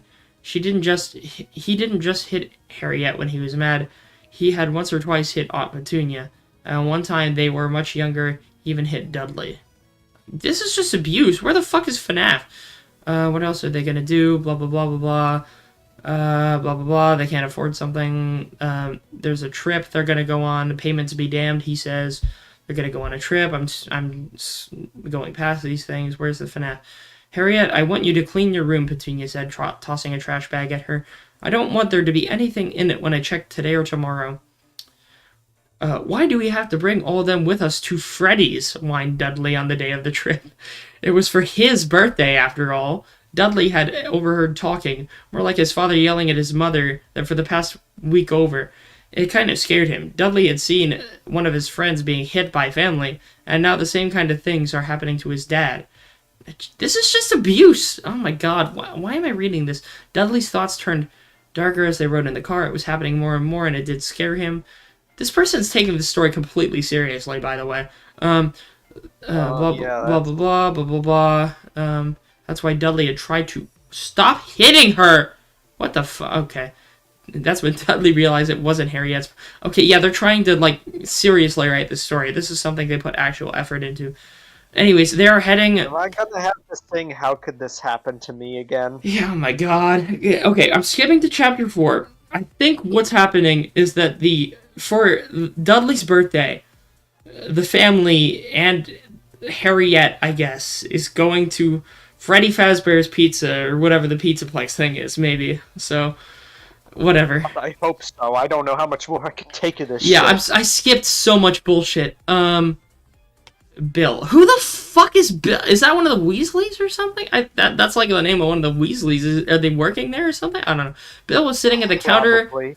Bill was sitting at the counter in the daycare gift shop. His schoolwork spread over it. It was a nice paying summer job that allowed him to access the daycare service, which gave his mom the break she desperately needed with 6 kids to look after. Oh, it probably is a Weasley thing. Alright, fair enough. Even if Bill himself was old enough to mostly look after himself, Bill was a red-haired 15-year-old with pale freckled skin, blah blah blah, wore an Eclipse shirt.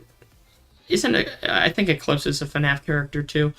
Blah blah blah. Bill's younger brother, Charlie, was working alongside him as a restocker, more part-time than Bill's. Charlie was 13, blah blah blah.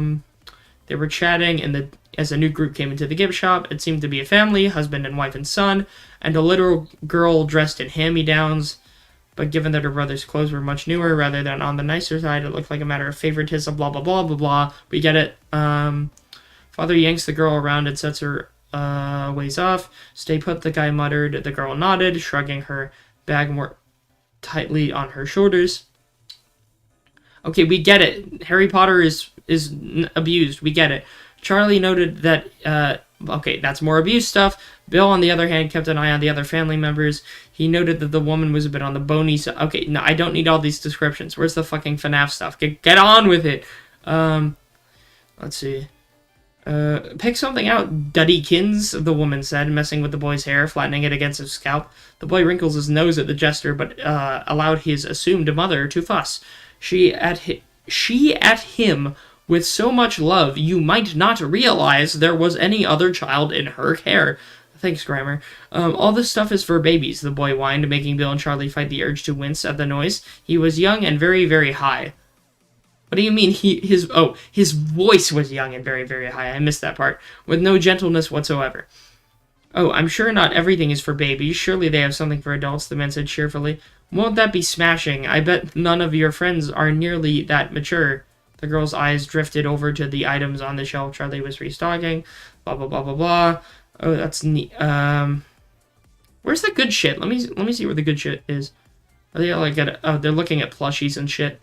Yeah, they're just looking at plushies and offering to buy one for him. Blah, blah, blah. Okay, the girl tucking the plush under her chin, clearly fighting the... I guess I skipped too much. Whatever. The girl tucking the plush under her chin, clearly fighting the urge to smile as her eyes flickered to the boy who was doing a crocodile showing. I don't know what that means. She watched the adults fuss for a moment, while the adults were purchasing something else for the boy, kind of cheap water bottle with sun on the side and moon on the other. While they were focused on the purchase, the boy made sure to pass the star to the girl. Where, again, this is... Where's the fun? Where's the stupid stuff? They're introducing someone named Percy. All of this is stupid, but I know what you mean. Yeah, like, usually I read a lot of this, but so much of this is filler. They're introducing someone, a 10-year-old named Percy. Is that one of the Weasleys? I don't know. Yeah, I think so, yeah. Alright, so they're introducing one of the... Percy, age 10. No known allergies. Third Weasley child. Okay, yeah, we have to know he has no known allergies. Thank you for this important information. Now, what about him? Why are you introducing him? They're just describing his clothes. Yeah, no, he's just there, I guess. They're saying another family's coming into the restaurant or whatever right now. They're just describing all these people. Okay, wait. The other child, assumedly younger on the other hand, was clearly underweight, dirty, wore clothes. They're just describing Harry Potter again. Harry Potter, age 5. Oh, this is from the perspective of that son animatronic from the FNAF thing. So that kid daycare attendant thing is looking at Harry Potter, I guess. Also, hello, Andrew. You came in at a terrible time.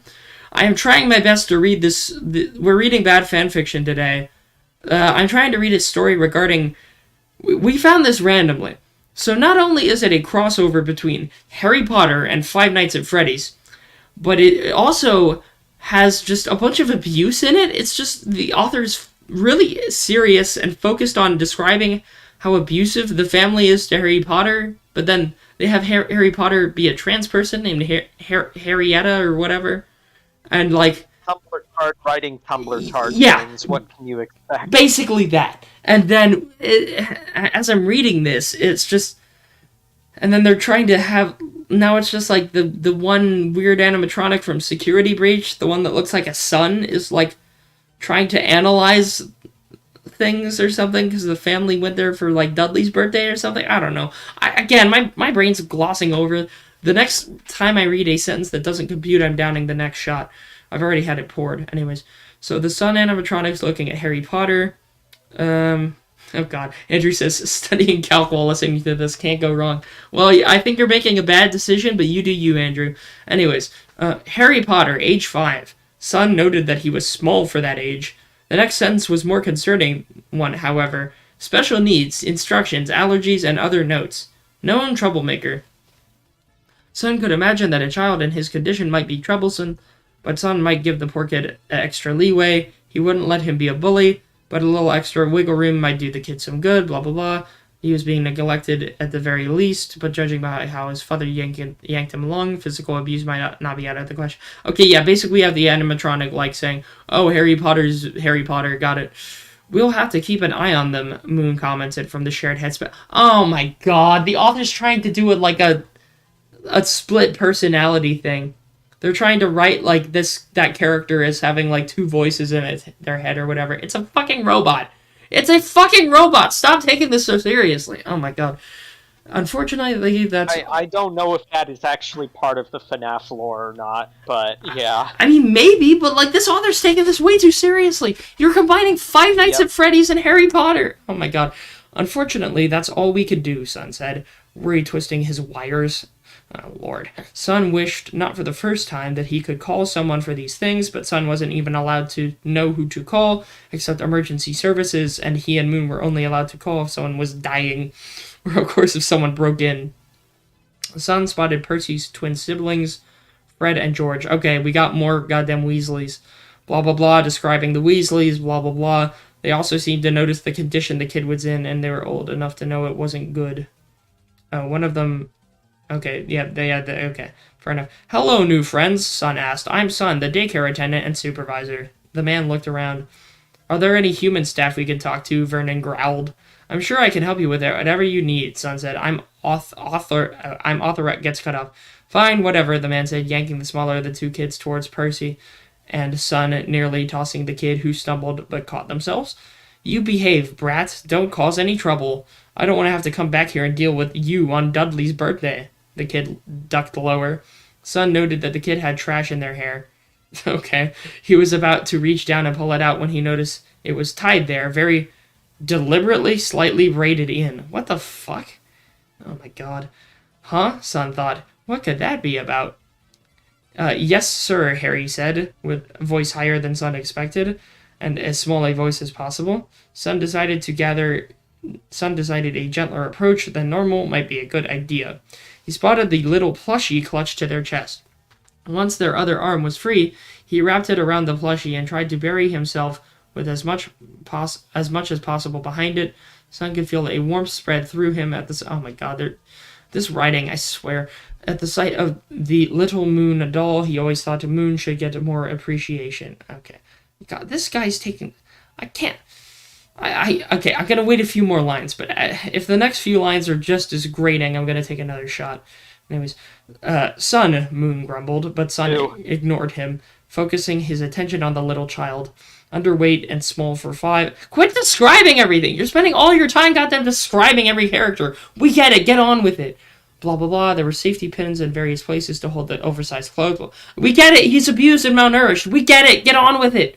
I mean it, brat. I don't want to hear about any of your attention-seeking stunts, the man was saying. And get rid of that thing. It's trash, the man said. The girl flinched, and the older boy shot a quick glare before turning to pout. The woman shot a sad look towards her husband, the favored son, and the other hand not so favored. Sun noticed all of these things at the same time. Noticed a little star was attached to the Moon plushie's hats instead. Okay, what the fuck?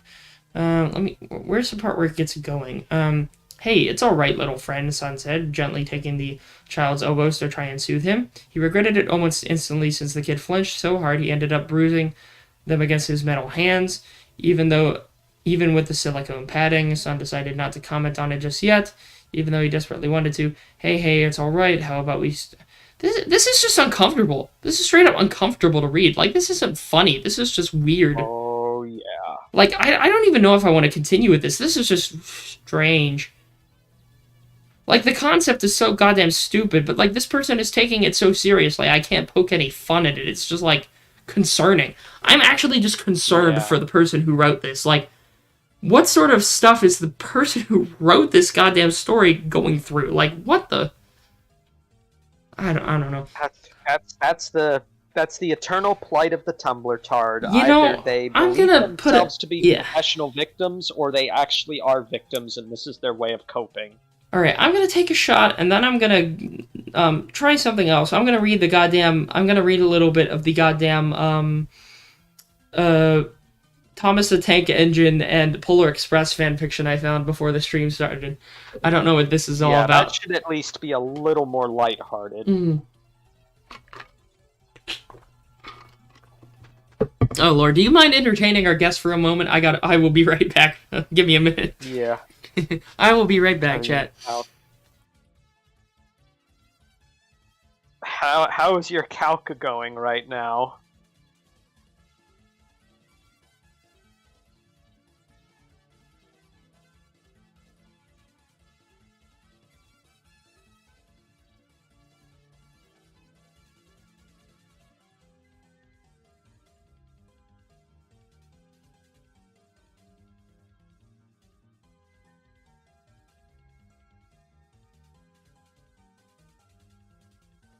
Man, I remember when I had to study calc, I was not good at it. Like, it was really tough for me.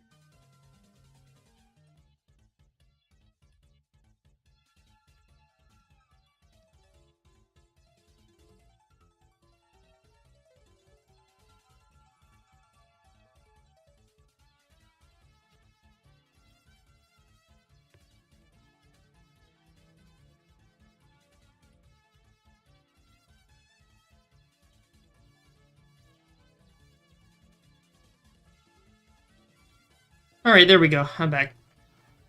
Welcome back. Thank you. Okay. Andrew hasn't said anything yet. Yeah, fair enough. Honestly, I don't blame him with this bullshit. Anyways, let's see. Yeah. So, this story is called Christmas Tracks. The summary is, the conductor only heard of the island in mists and whispers of children riding the fabled Polar Express. They hadn't picked up a child from that island since, well, before he was this train's conductor.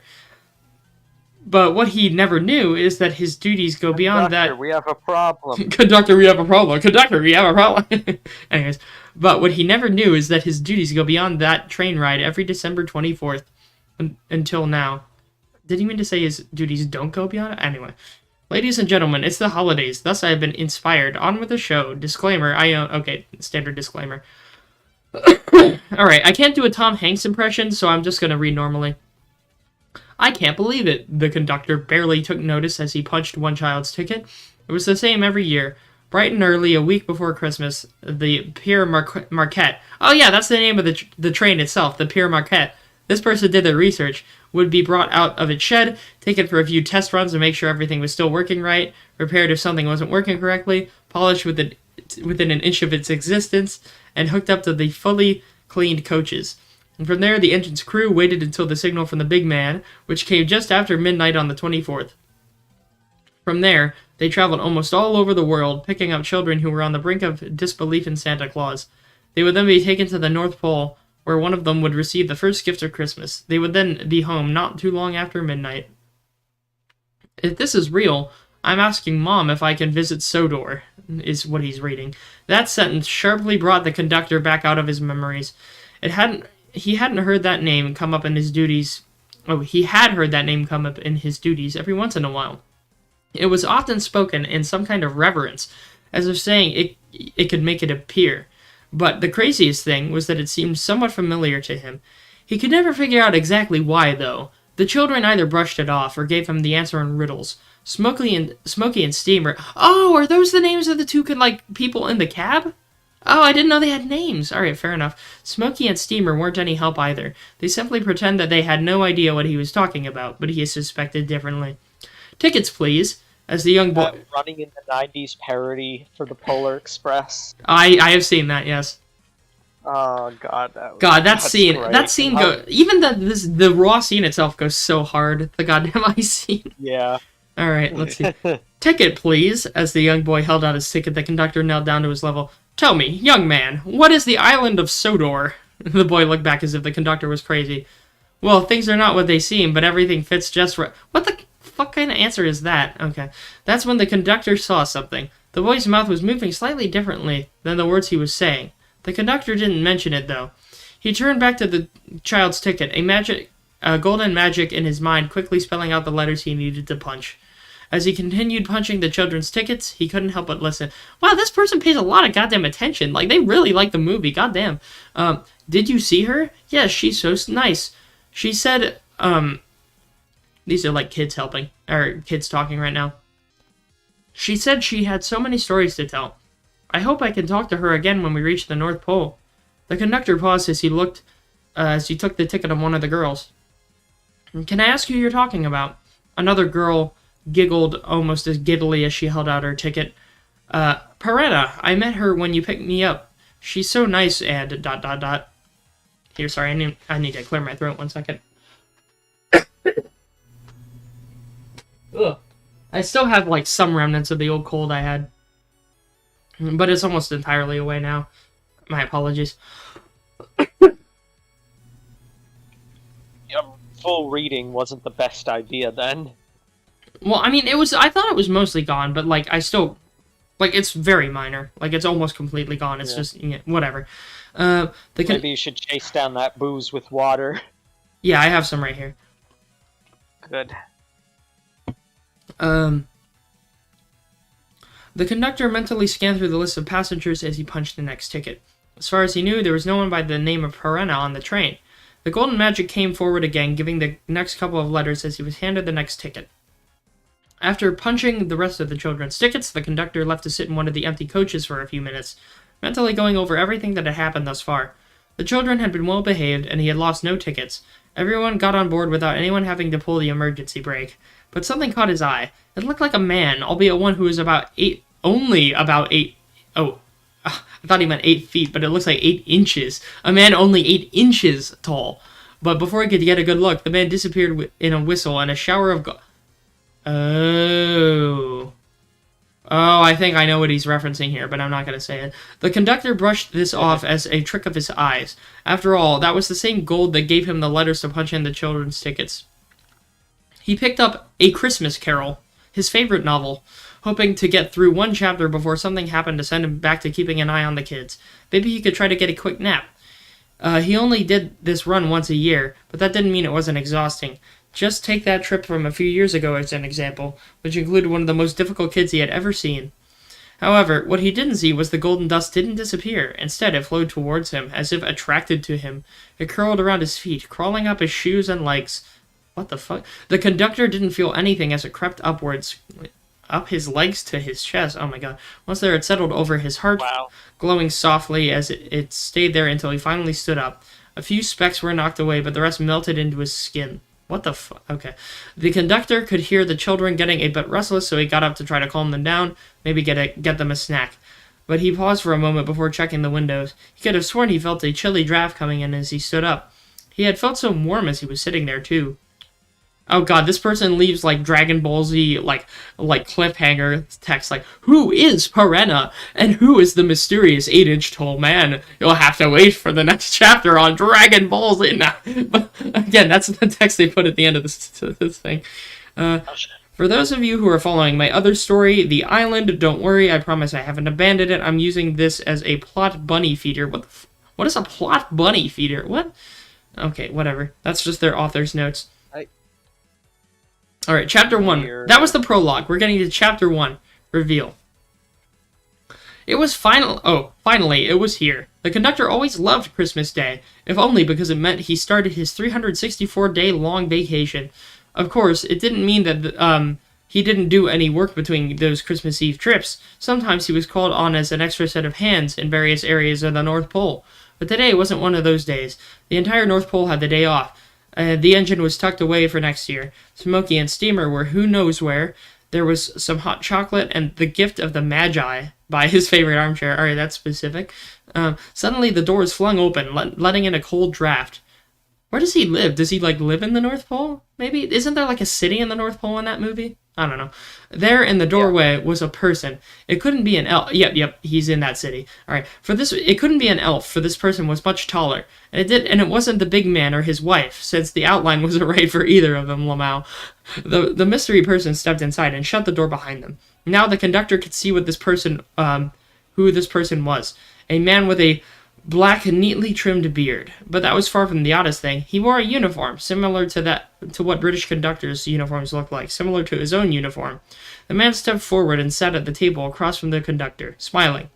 "Hello, James." The conductor, formerly known as James Neritz, looked shocked. How did you know my name?"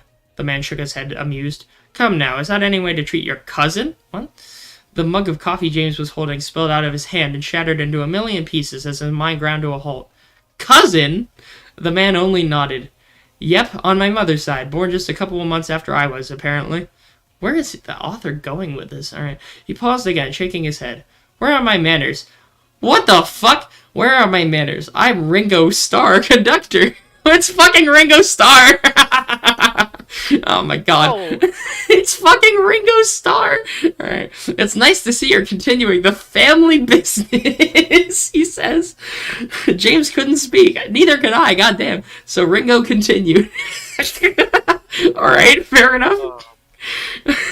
How are you enjoying working with Perenna? Steamer says you've never had a train in late. Impressive. Oh, that's what they meant. Okay. Wait a minute. You talk with Steamer?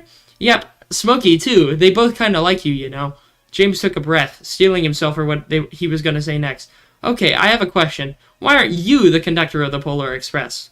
Ringo chuckled. Well, mate, I was a conductor for quite some time, and I wanted to try something different. Nicholas gave me the opportunity to help him out in his toy shop, and I accepted. He offered me the position of Polar Express conductor when it became available, but I turned it down. He paused for a minute before continuing. But ever since that ride, Nicholas asked me to go along, just in case. I'm not supposed to make myself known. Just come along and make doubly sure that everyone gets to and from the pole without trouble. Oh, so he was the little guy? Wait, I thought that was referencing that movie. The Magic Railroad movie? Do you know what that is? Ricarius? God, that sounds familiar. It was that Thomas movie that did really badly. Because it had like a tiny guy. Like the one of the main human guys was like a tiny guy. And he had like this golden like magic dust he used or something. I vaguely remember seeing that when I was growing up. Anyways, Okay. Let's see. Anyways, well, I guess it's because it wasn't Ringo Starr. I'll say that much. But apparently this is Ringo Starr. Where was I? Let's see. James' eyes widened. You were on the train last time? Sure was. You almost spotted me on the last couple of trips. Ringo suddenly became serious and motioned for James to sit down, which the latter gratefully did. Mate, you must be wondering why you never knew about me. What do you know about your family? James shrugged. Not much. I lived here as an orphan for most of my life. The orphanage I lived in was right by the railway lines. Every day I would sit out for a while and watch the trains go by. It was the one thing that kept me sane. When I could go out and get a job, I went straight for railroading. But when I was about to retire, Polak showed up outside my house, and the big man offered me the job. I've been doing it ever since. But I'll admit sometimes I wonder about who my parents were. Ringo sat down across from James, reaching across the small square table to place his hand on his cousin's shoulder. Your father and mother loved you very much. Where is he going with this? Your father and mother loved you very much. However, as you grew up, it was evident that the conductor genes had not fully manifested. What the fuck? All conductors are about 8 inches tall when fully grown. But you were, wait, does he mean inches or feet? Because then he says, all conductors are about 8 inches tall when fully grown, but you were only that short when you were a baby. Oh, fair enough. Your parents were heartbroken, but they had to leave you in the real world, where you would fit in, size-wise. Oh, yep, 8 inches tall is correct. By that time, you were a couple of years old, so the family altered your memory slightly and locked away your magic. What is this guy going for? Like, what story is he trying to tell? That lock must have been broken when you took the job on the Polar Express. Ringo paused for a moment before reaching inside his jacket and setting a wrapped box in front of James. Does that mean Ringo is currently 8 inches tall as he's sitting at the table? Or does it mean it's normal? I'm thinking again. Stop thinking. All right. Go on. Open it, Ringo says. James hesitated for a moment before peeling back the wrapping paper. Inside the box was a beautiful golden whistle engraved with his name. It's... Ringo smiled softly. It's your whistle. When a new conductor is born, a whistle was crafted for the... What kind of angel shit is this? They receive it when they either reach adulthood, which is 20 years old for us. He's saying this like conductors are a race, or conductors are a species or something. Apparently they are. Fair enough, if they're 8 inches tall. They receive it when either they reach adulthood, which is 20 years or so for us, or find their own station and railway to watch over. Until then, they sometimes get a substitute for travel and emergencies. I know a younger cousin who had a duck call for his substitute. James looked closer. It was obvious this whistle was made with plenty of love and attention to detail. Not only did it give his name on it, it had a crest with rails, a steam engine, and a whistle. James realized it had to be the conductor family crest. It's like they're a guild, almost. Like you're like a family guild. You can only be a conductor if you're in this family. Fair enough. Ringo continued as James investigated his gift. We are guardians of railways and their legacy. It is an honor for a conductor to be in charge of the Polar Express. If you'd like, I could teach you how to work with the whistle, how to use it properly. James barely hesitated. When can we start? Tomorrow, when the pole returns to work. Meet me by the engine shed. I'll need to check up on something.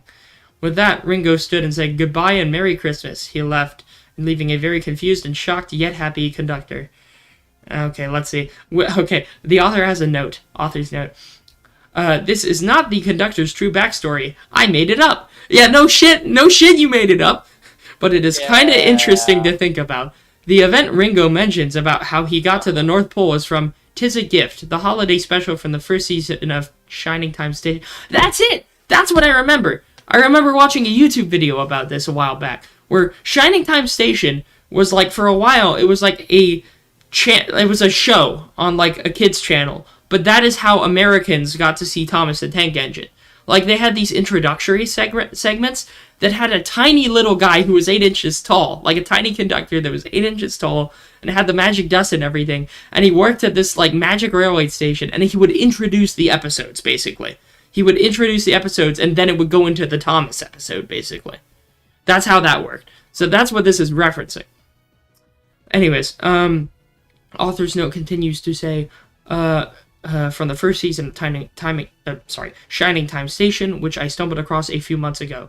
Pretty much all the details about the conductor family are my own, unless there is something I missed in my research.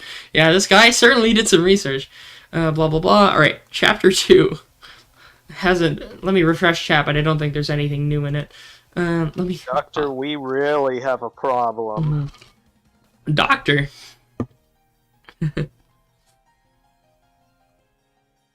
Alright, there we go. I think we're ready. Alright, Chapter 2. Practice. That's the name of the chapter. The next morning, as the pole returned to work, Ringo met James outside the engine shed. I can't get over the fact it's fucking Ringo Starr talking to our boy. That's just really funny. I know, right? Oh my god. Ringo Starr met James outside the engine shed. There's sat the Père Marquette, the fire long put out. That's the name of the locomotive, by the way. Ringo quietly approached the engine, staying around its front. Ringo approached. Okay, yeah. Perena, are you there? There was no response. If he had been normal, James would have thought Ringo was crazy. But he had lived and worked at the North Pole for many years, so he couldn't really complain much. Ringo started examining 1225 closer. I guess that's the number of the engine. Glancing into its firebox and the water tanks before circling around to the front. James could hear him muttering under his breath. Only appears to younger children, ... never takes control, ... so far retreated, ... He turned back to James. Alright, main lesson. You need to know how to work with this stuff. He pulled out a cloth bag from his pocket and opened it. Inside, James could see the same golden magic he saw on the last trip. What? ... Gold dust. The conductor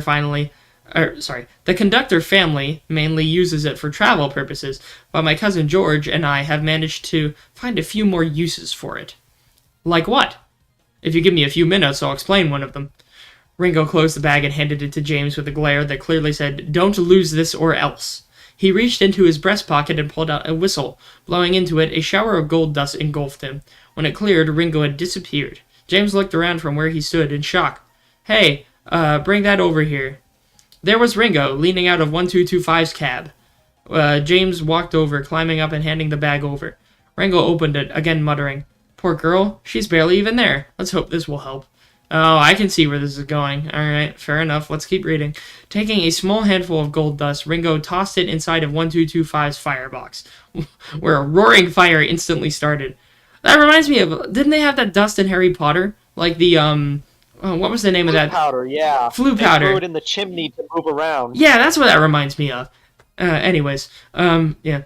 Then he says something in a different language. Ringo says, "Ut potiare corde." I wonder what that means. Actually, I wish I could copy it. I can't even highlight words. For some reason, the site won't let me, like, left-click to highlight anything, which is weird. Oh, it's definitely Latin. Yeah. He quickly climbed back to the tender and opened up its water tank. Taking another small handful, he tossed the gold dust inside. Tu lucretur anime. Wait. Anime. I wonder. Anyways, from there, Ringo climbed to the smoke box, straddling the boiler and taking another small handful. But instead of simply tossing it, he slowly poured it down the engine's funnel. Ut fructum vitae. I think vitae means life, so I think I know where this is going. Yeah, it's something about animating and giving life to something. I wonder where this is going. Alright, climbing down, he motioned for James to stand beside him. At first, nothing happened. Alright, that's it. End of story. Let's go. Let's end the stream. There we go. At first, nothing happened. James was just starting to think that it didn't work when suddenly a cloud of steam rose in earnest. It covered the smoke box, though a faint golden glow could be seen through it. The glow seemed to pulse and move, as if a fairy was lost in the cloud.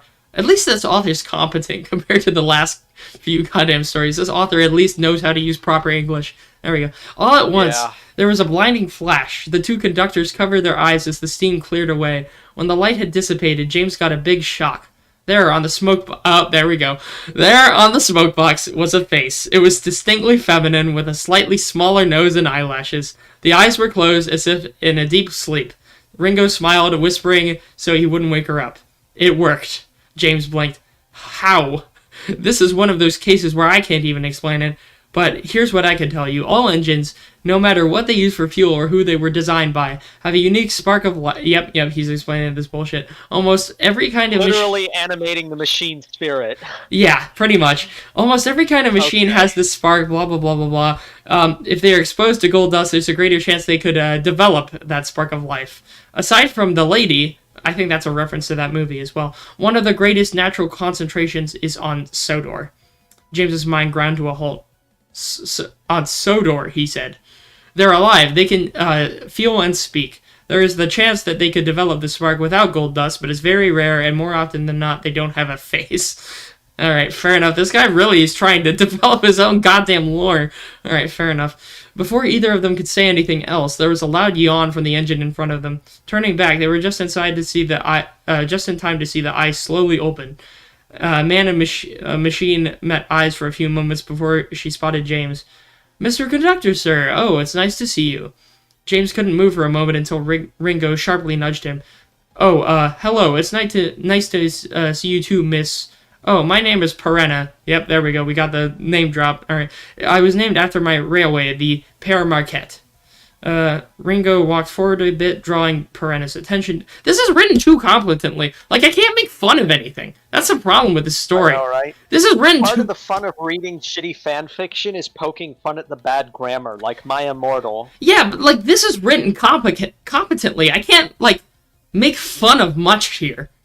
It's just like, oh, I get what they're talking about. I don't know. It's just the premise that's ridiculous. Yeah. And aside from that, like, the story is... It's like that FNAF, okay in its pacing. This is the opposite of that FNAF thing. Like, I felt disturbed with the FNAF Harry Potter thing, but this is just like, yeah, I get what it's going for. I can't make fun of it much. So, I don't know, man. I almost want to try to look for something that's bad now. Well, I did recommend earlier that if you wanted to get to the heart of cringe, you look up Homestuck. But I don't know anything about it. Like, if I read stuff, I wouldn't understand half of the things they were talking about. Fair enough. I need something. What about? I don't know. I don't know. I was about to say Kirby, what but... about that Five Nights at Ramu's one that was like 17,000 words long? Oh yeah, do I still have that tab up here? I do. Let's see what this is about. What's the description? Okay, Five Nights at Ramu. Michael works as a night guard at Ramu Hakure's Pizza.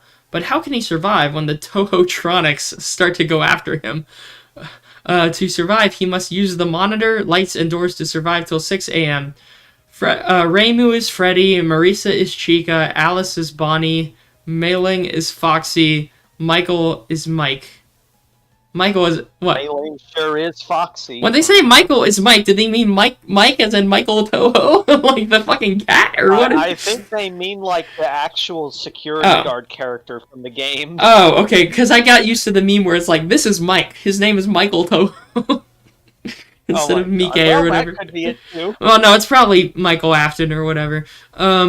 I still need to watch the FNAF movie. I'll look into that later. Thank you for messaging me early. Anyways, okay. How long is the? It's like 17,000 words. Oh my god. I know, right? How many chapters is this? Oh, there's night 1 after night 1, night 2 after night. Okay, so it's like nights. All right, fair enough. Let me pre-pour another shot. I'm not gonna drink it yet, but I'm gonna have it on standby.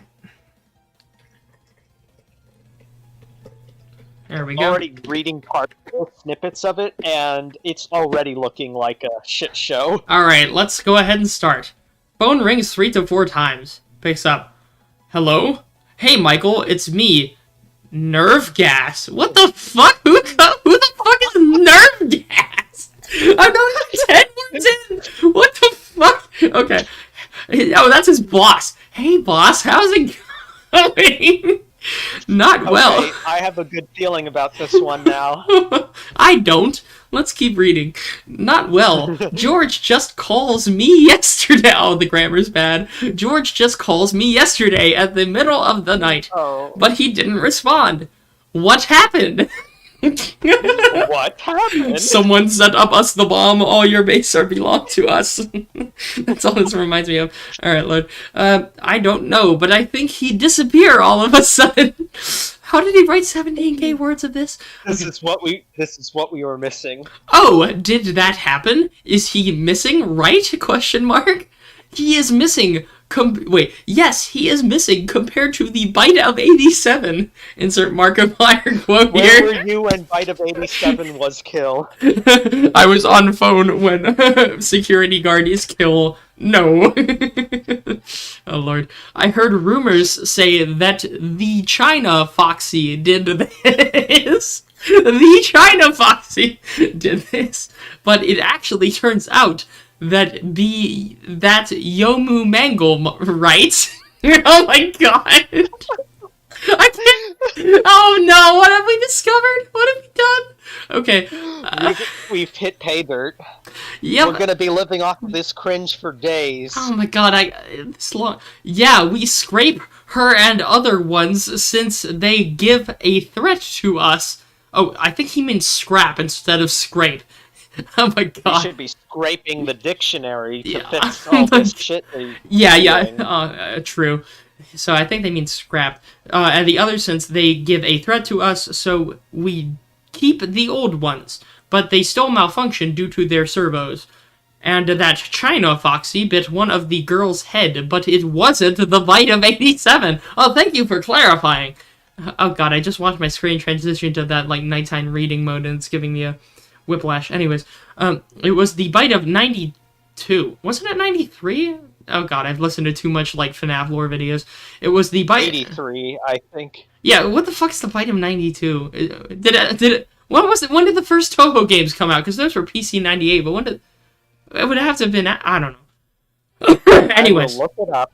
No, don't bother. Let's just keep reading. Nah, It was the Byte of... the first one was in 97. Okay, yeah, that's... And even then, that was before the Windows stuff. Anyways, it was the Byte of 92, so we had her disuse until we fix her. And about that missing children. Me, Yukari, Ran, and Chen were still figuring out what went them missing. Wait, so some Toho characters are real? Alright, fair enough. In real? ... Question mark? Okay. I heard of them saying a woman dressed in a Reimu suit lure the kids in the back room and murders them, right? And not even right with a question mark, just a period. Oh, Reimu is the owner in this case. Well, I mean... I guess, or Reimu's the Springtrap suit, or whatever? Or the Spring Bonnie, or I don't know. Again... She's William Afton. Oh god, when the Reimu is sus. Yeah, that incident, we still need to figure out who that murder was. But anyways, Michael, just be careful, okay? I sense the danger is about to come. Good luck. Thanks, boss. I will see you later. Also, this is the first time it's not just like a voicemail. It's the first time that someone's actually communicating with their boss. Fair enough. Okay, so this is it. Reimu Hakure's Pizza. Here I go. He opens the door, walks past the cash register to the dinner room, and sees the Toho-tronic. Reimu, Marisa, and Alice. He then looks at China's Cove and a disused China Foxy. Alright, where's the office? He checks on his map, walks to the left hallway and sees the office. Ah, there we go. He sits in his chair and picks up the monitor and a phone rings. What is it now? Presses the button. Hello. Oh god, here we go. Hello. I wanted to leave a message for you. Here we go again. Leave a message for you to help you get settled on your first night.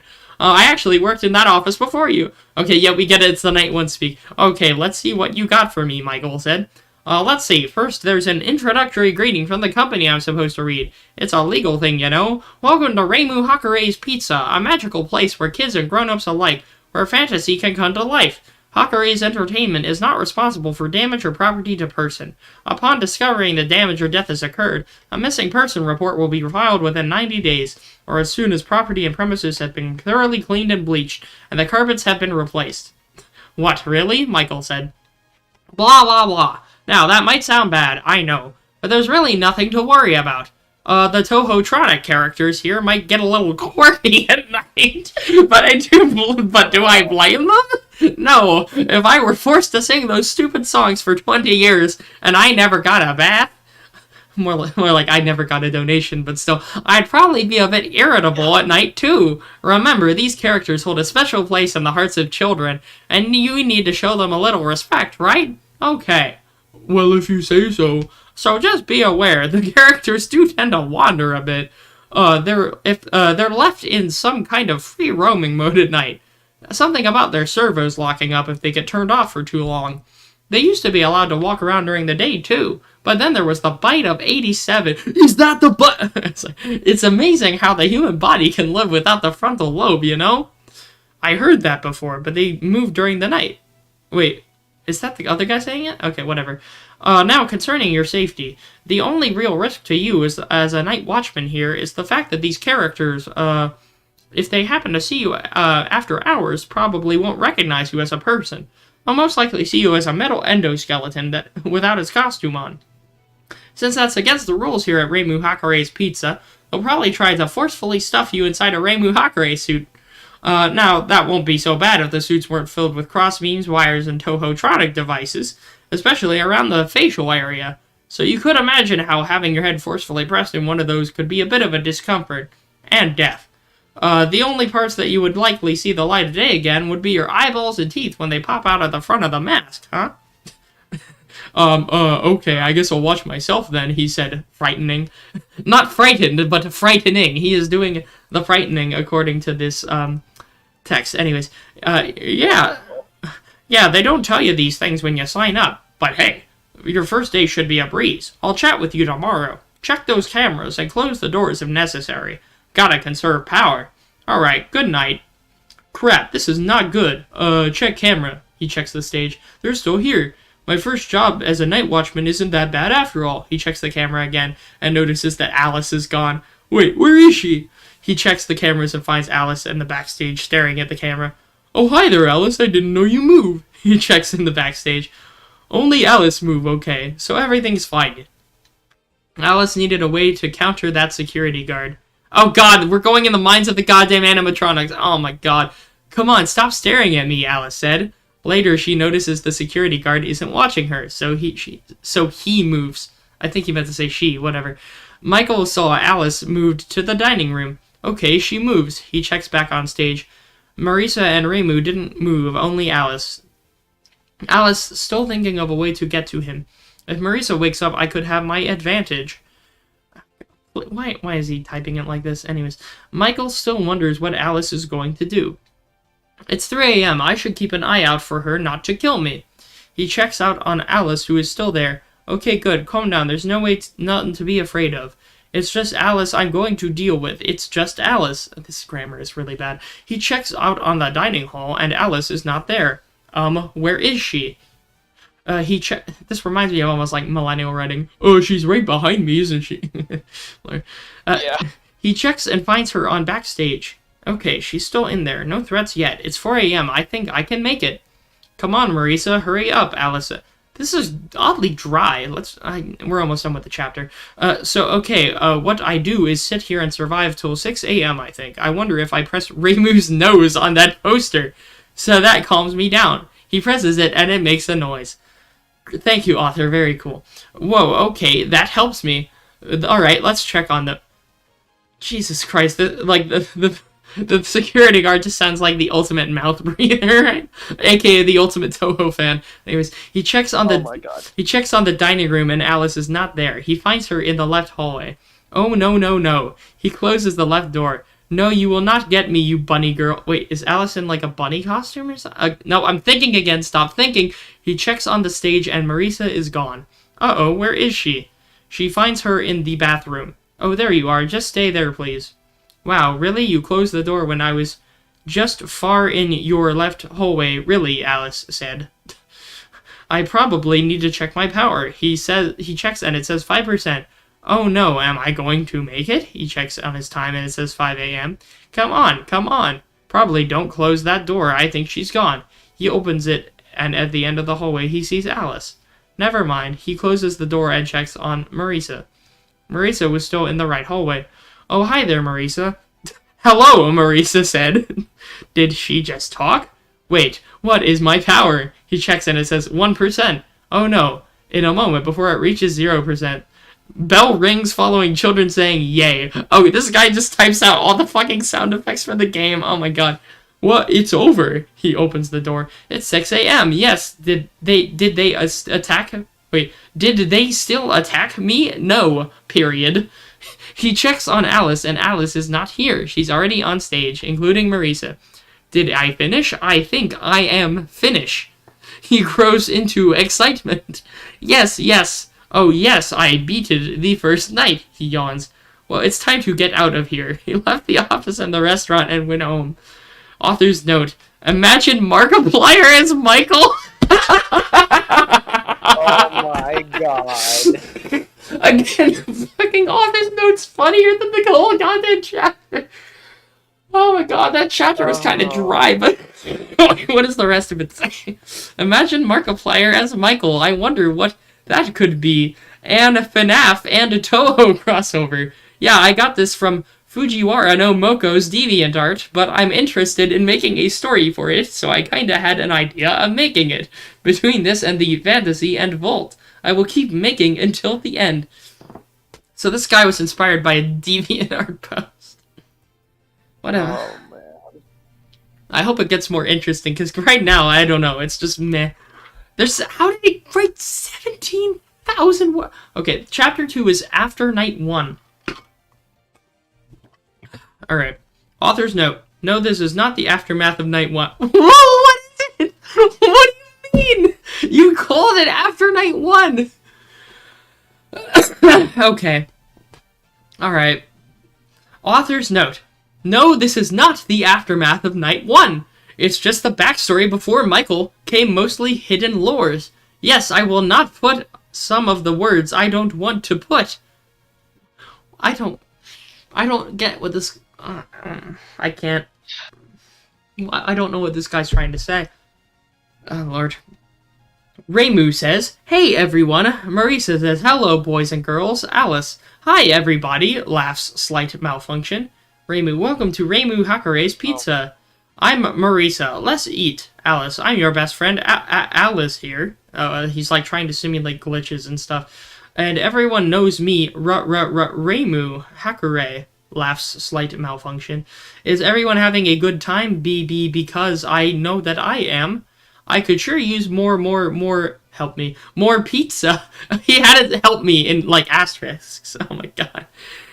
There's plenty of delicious delicious pizza when you're at Reimu's Pizza, Marisa. Oh my god. What is this bullshit? You can live off pizza all the time, Reimu. Oh, no, Remu. They misspelled it. Reimu and Marisa. You can't leave. Marisa, when you're eating kids, remember to have plenty of kids. Green, green, green. Plenty of green vegetables, kids. Oh my god. Why? Alice, and all you young bunnies need to have your carrots. Please run. Asterisk. Wow, wow, this author is making such a scary story. Um, Reimu, your health is important if you want to live. Have a fun and happy children. Fun and happy time. The way that the children, that reminds me of those goddamn YouTube poop edits where it's that clip from Family Guy where Peter's just like, have blank with children and kill them. Over. And he just have to say, children. Which is a fucking, again, this is like a fucking YouTube poop. Oh my god. Okay. well, Let's see.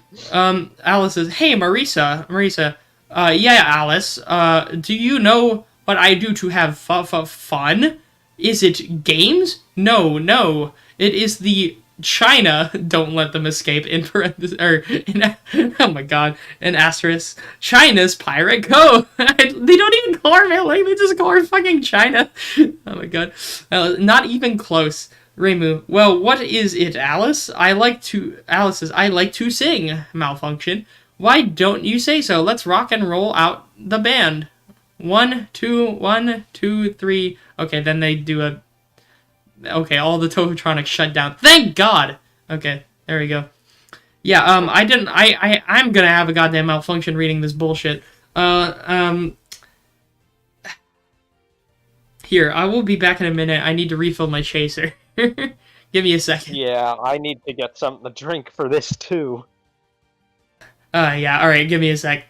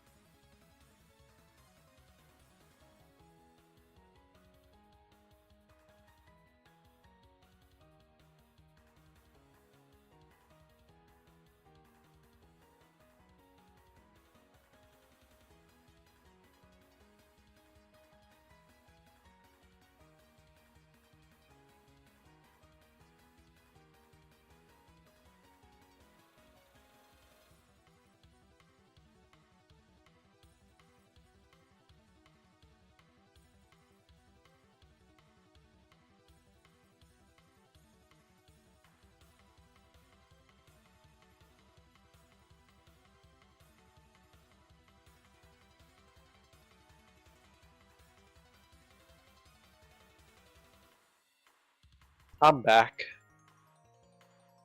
Now. Alright, we are back. Here, let me get back to the screen. We are now on night 2. Let's see if this is any weirder than the last one, because now, I don't know, this is just a strange story. Phone rings 4 times. Yes, the author has to specify that it rings 4 times. Picks up. Hello? Hey, Michael, is everything okay? Oh, again, Nerve Gas said. Oh my god, why is his boss named Nerve Gas? Okay. Yeah, everything's okay. That's what I've been warning you. Those Tohotronics seem to come after you at night, right? Yeah, but have you noticed something weird about those Tohotronics? What is it? Marisa talks. What are you pulling my leg? No, I'm serious. Marisa actually talks to me. When I was at the monitor, and she's like 5 blocks almost to the office. Yes, 5 city blocks. 5 blocks to the office, and I said hi. She said hi back to me. Well, that was weird. Wired? No, not weird. It was wired. Well, that was wired. We programmed them to talk what we put. But I'm guessing someone must have put hi down. Are you sure that Marisa said hi by itself, right? I'm guessing she did it. but I don't know what about the others.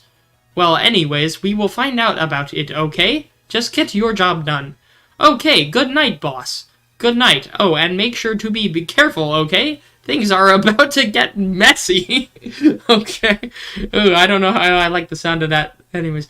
Okay, I will. Phone ends. Michael unlocks the door and heads into the office. Phone rings. What do you have me now, new guy? Presses it. Hello. Well, if you're hearing this and you made it to day 2, congrats. I won't talk as long as last night since Reimu and her friends tend to become more active as the week progresses. It might be a good idea to peek at those cameras while I talk just to make sure everyone's at their proper place, you know? He checks out everyone is in their proper place. Wait one sec. There we go. Interestingly enough, Reimu herself doesn't come off the stage very often. I heard she becomes a lot more active in the dark, though, so hey, I guess that's one more reason to not run out of power, right? I also want to emphasize the importance of using your door lights. There are blind spots in your camera views, and those blind spots happen to be right outside your doors. So if you can't find something or someone, check on your cameras. Be sure to check the door lights. You might have only a few seconds. Not that that'll be in any danger, of course. I'm not implying that. Also, check on the curtain in China's Cove. I can't get fucking over China's Cove from time to time. The character in there seems more unique, and she becomes active if the cameras remain off for long periods of time. I guess she doesn't like being watched. Well, why did she stop if you watch her then? Anyways, I don't know. Anyway, I'm sure you have everything under control. Talk to you soon. Okay, check camera time. He checks, and Alice was already at the hole. What? How did you... Are you serious, Alice? Okay, I just had to be careful not to let her get to me. Man, this place is freaking scary. Sounds like Peter Griffin. Wow, this is freaking sweet. Alice was thinking about a way to get to him. She tries to wait for Marisa to be active, but it fails. So instead, she goes aggressive and tries to get him as possible. I'm coming for you. You will be next to being in a suit.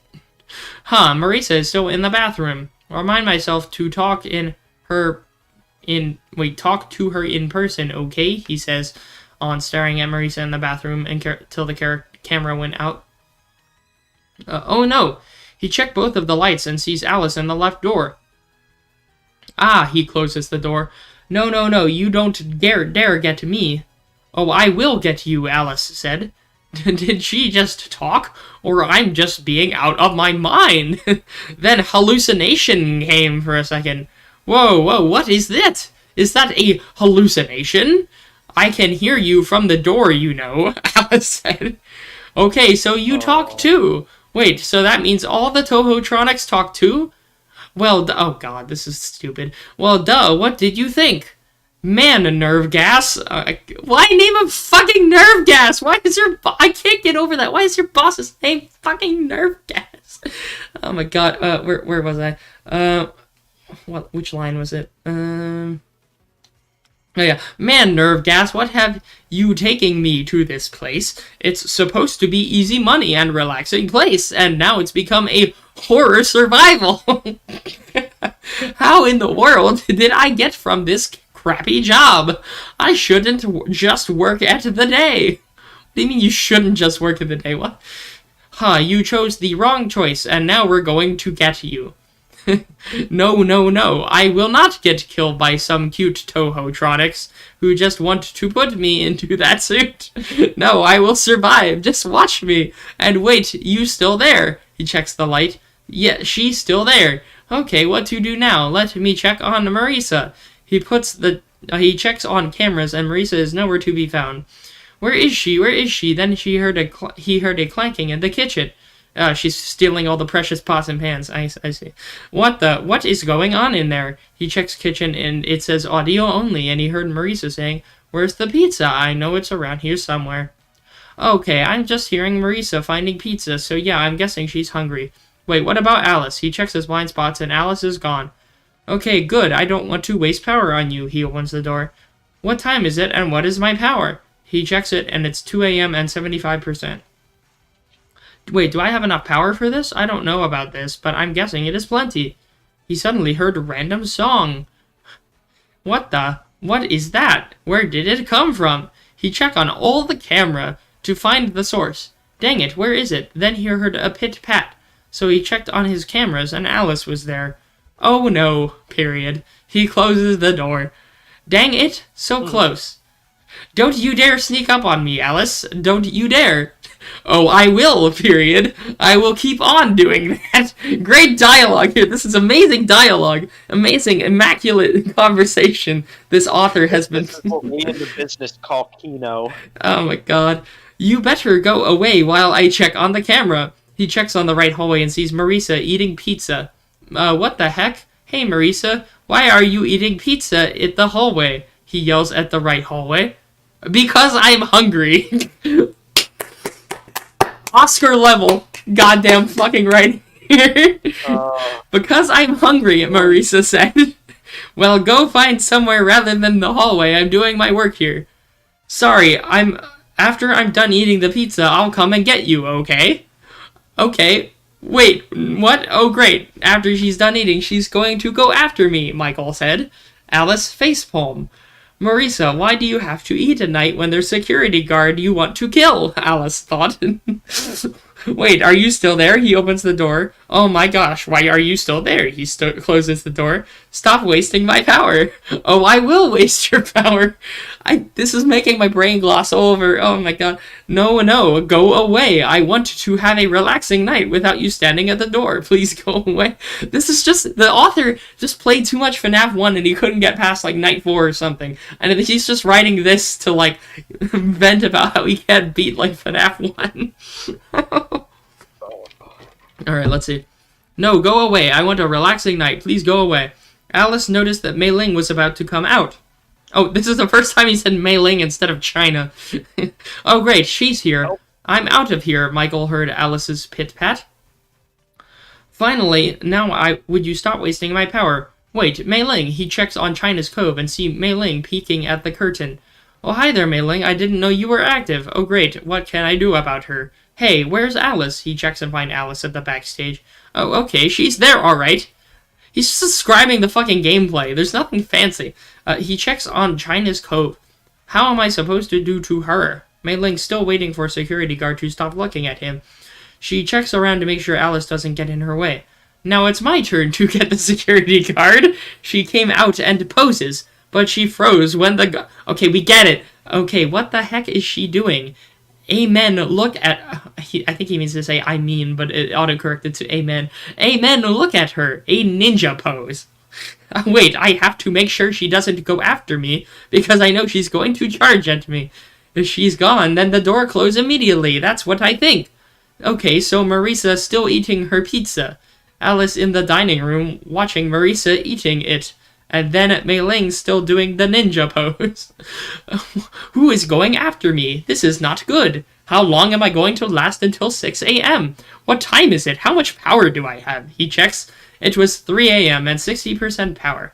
Okay, I'm thinking of... He heard someone running. Oh, crap. He closes the door immediately, which makes Mei Ling crash into a door. Okay, close call. Now I'm just going to check my camera to make sure Marisa doesn't come after me. He checks Marisa, who is almost done eating, Alice, who's in storage room, and Mei Ling, who's just peeking out of curtain. He then opens the door. Meanwhile, Reimu, who hasn't been active yet, finally responded when she turns to face at the camera, making Michael quite surprised. Oh, hi there, Reimu. I thought you weren't active, but you just turned your face at me.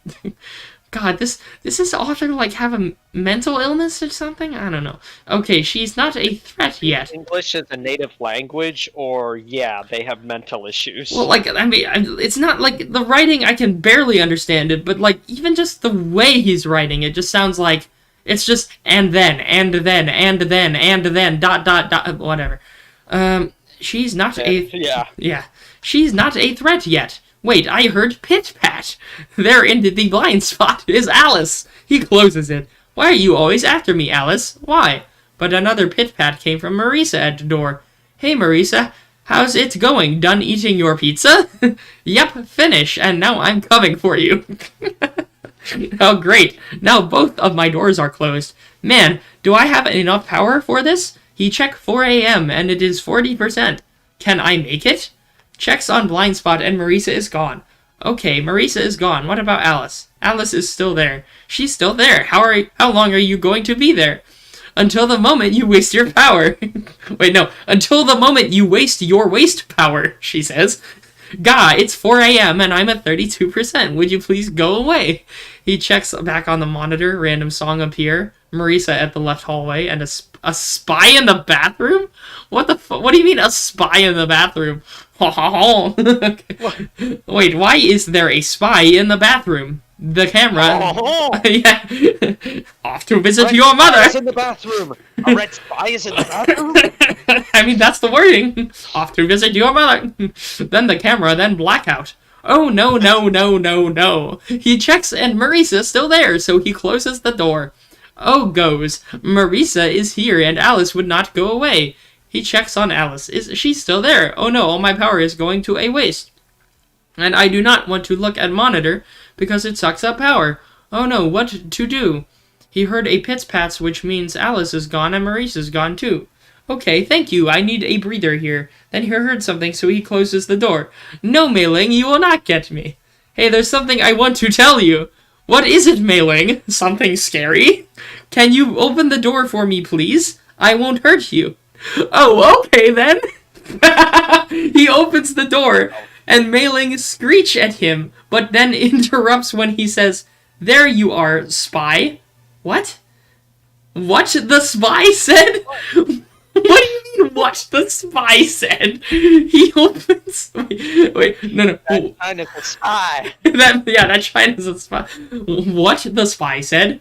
Mei Ling and Spy look at each other, then to Michael, then back and staring at each other. Oh, please. Mei Ling screech at the spy and capture him. What the fuck? Okay, I'm taking a drink. I see the word Shrek. What the fuck?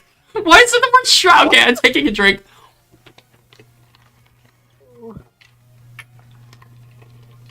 LOL XD random humor time. Oh. God, I'm spilling my drink all over me. Oh. Oh god, even the author's getting bored with his own story. He's just putting random shit in now. Wait. Yep. Okay. What was it? What? The spy said. Mei Ling and Spy look at each other, then to Michael, then back staring at each other. Oh, please. Mei Ling screech at the spy and capture him, and then Michael closes the door. Close call. I thought I was going to die there. But apparently Alice was near him. When he pushed the door button, it jams. Oh no, no, no, no. It's not closing. It's not closing. Alice, what have you done? I can't close the door. The power went out. Ooh-ah, no. The music plays and sees Reimu at the left side. Oh, hi. Turn to 6. Turn to 6. Oh, yeah, I forget the Michael's Markiplier the whole time. Turn to 6. Turn to 6. Turn to 6. Turn to 6. Shrek. Dang it. Wait. He's using Shrek as a swear. He's using Shrek as a swear sensor in his text. He says God. What the hell? He's saying God, dang it, but he censored God by replacing it with Shrek. What the fuck? Oh my god. Shrek in parentheses, dang it. Oh my god. Bell rings with children saying yee. Not yippee, just yee, like the fucking dinosaur. Yee. Oh my god. I did it. Yes, haircut. I did it. I passed night 2. Oh yeah, baby. Well, this was a disappointment. I can't believe you... That sounded like a spy. Well, that was a disappointment. I can't believe you survived night 2. Yeah, and you... wait, yeah, and who are you, spy? What are you doing at the restaurant? Oh, it is the spy. It's the fucking TF2 spy. Okay, what are you doing at the restaurant? Wow. Well, Nerve Gas had told me to keep an eye out on you, so everything will be okay. That bell just saves me from getting into a suit. Wait, are you his servant? What? Of course, but of course. I work for it. I work for TCA. Testing and Containment Area. What the fuck? What is TCA? What do you mean testing? Some kind of SCP ripoff? Yeah, and why is it the fucking TF2 spy? What is going on here? Wait, isn't that place where all the weird-looking creatures and yeah, it is. It's an SCP knockoff. Oh my god. Isn't that where the weird-looking creatures and humans were tested? Because I don't like working there. Wait, he's worked there in the past? What is this fucking lore?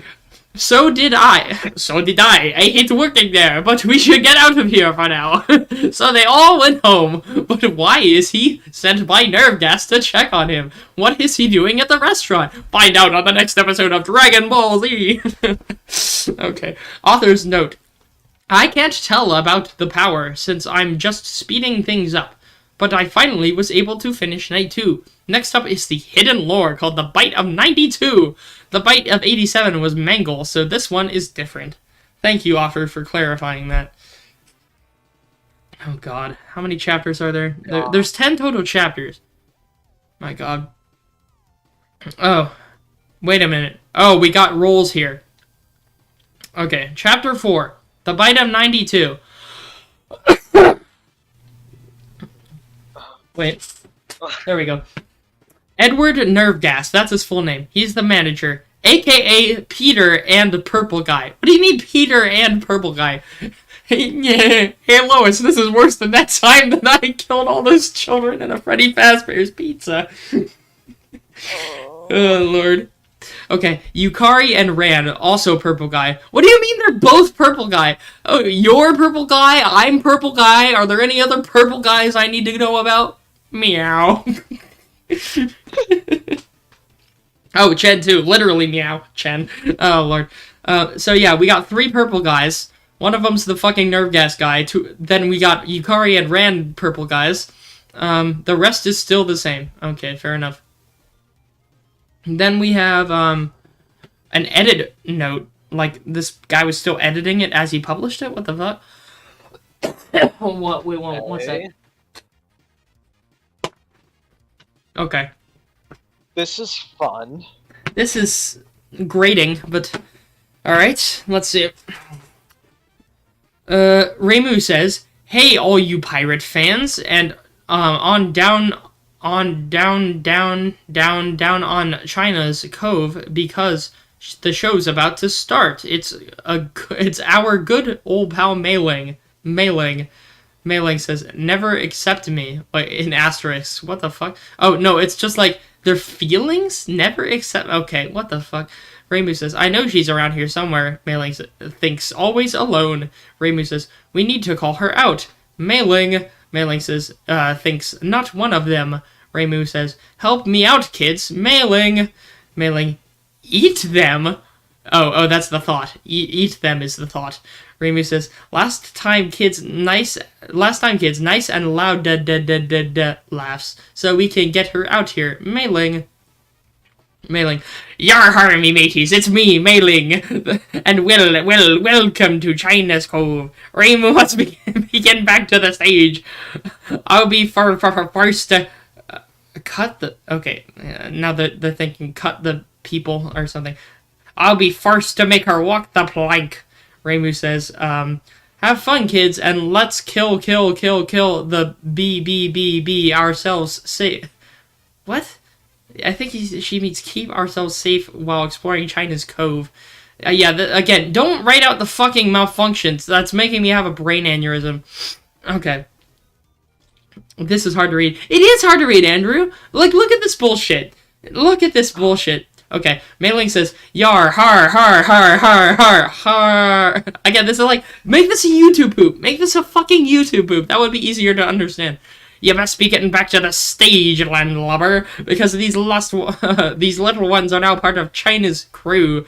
When in China's Cove, remember to adventure safe, kiddies, and no running around the cove, or else you be lost forever. You'll be walking the plank. I is swashbuckling and adventures that you be seeking, lads. Or is it, I don't belong here? Or is it that you're not a kid to the 7 seas? What the fuck? All pirates give me an R. Please help me. R, ha, ha, ha, ha, R. And again, that's fucking Pirate Mei Ling saying, please help me. But still, I be seeing y'all ready to walking about with your pizza in hand, and yar, I don't know what he's saying. The author says, I don't even know what he's saying. Oh my god. The author in parentheses says, I don't even know what he's saying. Your soda pops and proper sea pirates. What the fuck? And proper sea pirates still. Okay, yeah, no. And then in parentheses, continues doing it. Please make your text fucking readable. I can't decipher your bullshit. Alright, let's just keep going. A random girl says, Mommy, look, the China wired. I think she means weird. The China weird. What happened to the legs on her, Mom? Mother, that's nice, dear. Don't climb on it. Best parenting right there. Girl climbs up. She has a hook, Mom. Look at the hook, Mom. Edward. Oh wait, Edward's the boss guy. Oh yeah, fucking Edward Nerve Gas. Who the fuck? Anyway, little girl, sweaty. Oh my god, he unironically said sweaty instead of sweetie. I thought it was a fucking meme thing where it's like the nail emoji, like the nail polish emoji. Try again next time, sweaty instead of sweetie. Oh my god. But nope, they mistyped sweaty. Alright, little girl, sweaty. You can't get that close to Mei Ling. It's not, you really shouldn't be up there. Girl, you're not my mom. You can't tell me what to do. Edward, Yukari, tell her. Yes, yes, Edward fucking Nerve Gas works with his coworker, Yukari fucking Yakumo. Yukari, man, please ask your daughter to get off the stage. Mei Ling about to shut down. Mother, she's not hurting anyone. Let her play with the china. Bring out our finest china. Oh, Lord. God. While Mei Ling says, not the control, as if she wants to play with the china. What? Let her play with the china if she wants to play with the china. The china. Also, Andrew said... Also, Andrew says the China weird. No, you mean the China wired. That's what you meant to say. Girl. Mom, look at her funny mouth. Mei Ling said, oh wait, blah, blah, blah. She's so stupid looking, ha, ha, ha. Mei Ling bites the girl's head, causing her to faint. You know, I think it would cause more than fainting if she bites on her head, but, you know, you do you. Everyone screams and leaves the restaurant while the main theme plays. What main theme? My little Toho, my little Toho. Alright, anyways, Edward says... was that the bite of 92? Was that the bite? Edward says, oh my god. Look, capitalize the G in God, you heathen. Anyways, Yukari says, call the ambulance now, Ran, yes, sir. What do you mean, yes, sir? You're saying that to your master. Anyways, picks up a phone from pocket. Edward, this is happening. This is happening.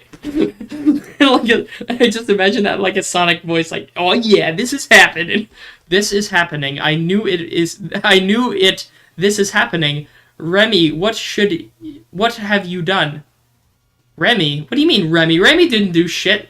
Also, when they say Remy, don't they mean like Remelia? I don't think Remelia's in this book. What do you mean, Remy, what have you done? Oh my god. Okay, author's note. So, to make it sense, I put the bite of 92 so that Foxy would do it instead of Mangle, who did it at 87. Reason why is because I don't want anyone arguing about the whole Mangle thing being the one that Foxy... Sometimes I don't know what they're saying when I listen to the Hidden Lores video. This person was mad at that video. Like that mark, I just put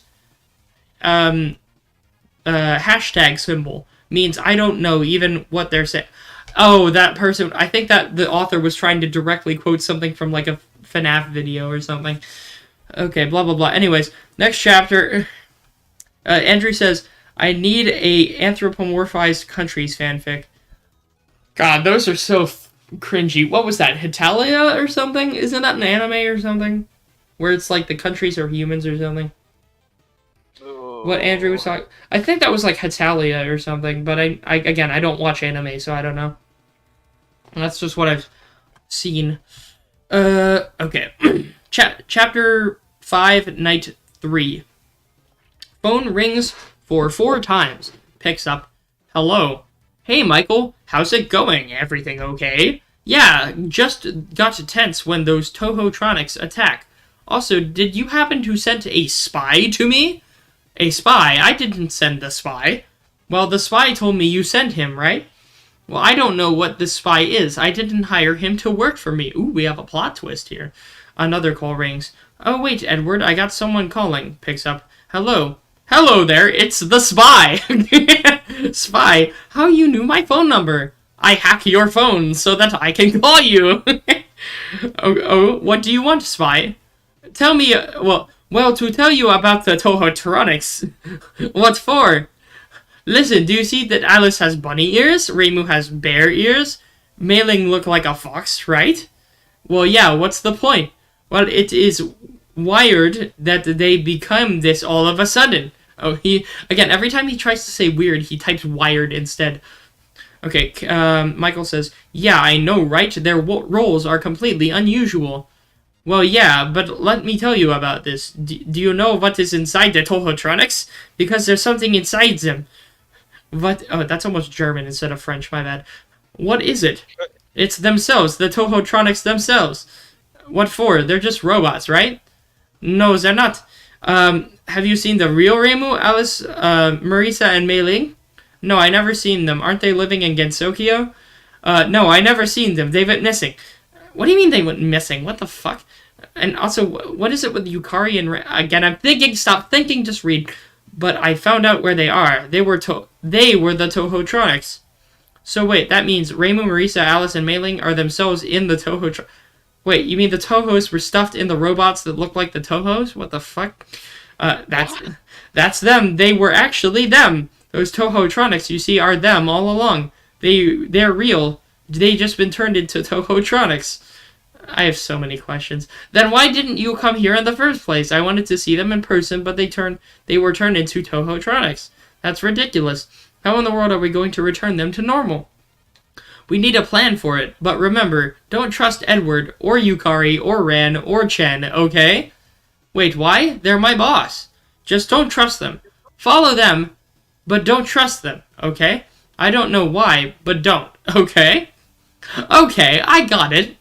Well, see you later, and don't say that to your boss. Okay, I won't. Ends call, then calls Edward. Hey, boss, sorry, I just had to call my friend.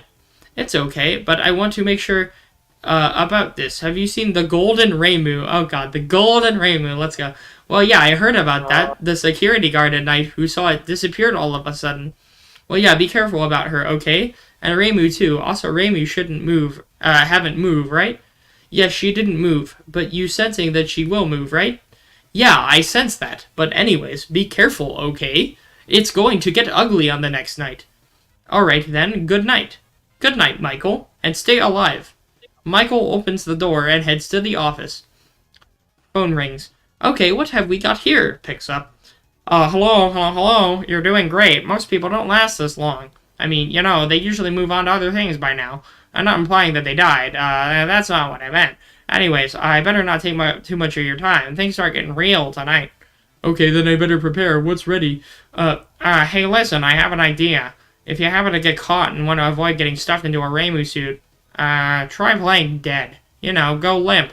Then there's a chance that, they'll think that you're an empty costume instead. Then they think that, if you're an empty costume, they might try to, stuff a metal skeleton inside you. I wonder how that would work. Yeah, never mind. Scratch that. It's best just to not get caught. Are you kidding me? Okay, I'll leave you to it. See you on the flip side. Phone ends. Okay, now what do you have for me, Tohotronics? He checks on the camera. No one's moving. Wow, okay, things were about to get real, but where is it? He checks again and Marisa is not there. He finds Marisa at the bathroom. Okay, so Marisa's moving, but Alice didn't move. That's weird. There's a phone call at the phone. Oh, my music paused. Let me get that going again. There we go. Where were we? Yeah, there's a phone call. What the? Presses the button. Hello, who is this? It's me, the spy. I successfully hack onto one of the phones on the restaurant. Look, listen, Alice and Reimu will be active soon, okay? Keep an eye on them. And also check on China's Cove then, often, okay? It's the only reason to save your power from draining. If Alice and Marisa get close to the office, you will see them. Close it. That's my way of surviving this night. I will keep an eye on out of you by the camera. A camera. He checks his surroundings. What camera? I hack the entire camera so that I can help you. Right now, Marisa isn't moving from her location. Oh, okay. So listen here, are you going to speak through the phone at night? I'm afraid not. Of course, it's an exact fucking spy line. I'm afraid not. I will help you buy the camera that I install in the office. Don't worry, it's static-proof, have speaker in it, and I will see you in the office, okay? Phone ends. Okay, sounds good. He checks on China's code, but accidentally switches on the west hallway corner and sees something odd. He sees a star eyeless Reimu at the poster. Hey, spy, check on that west hallway corner. Oh, it's the golden Reimu Freddy thing, whatever.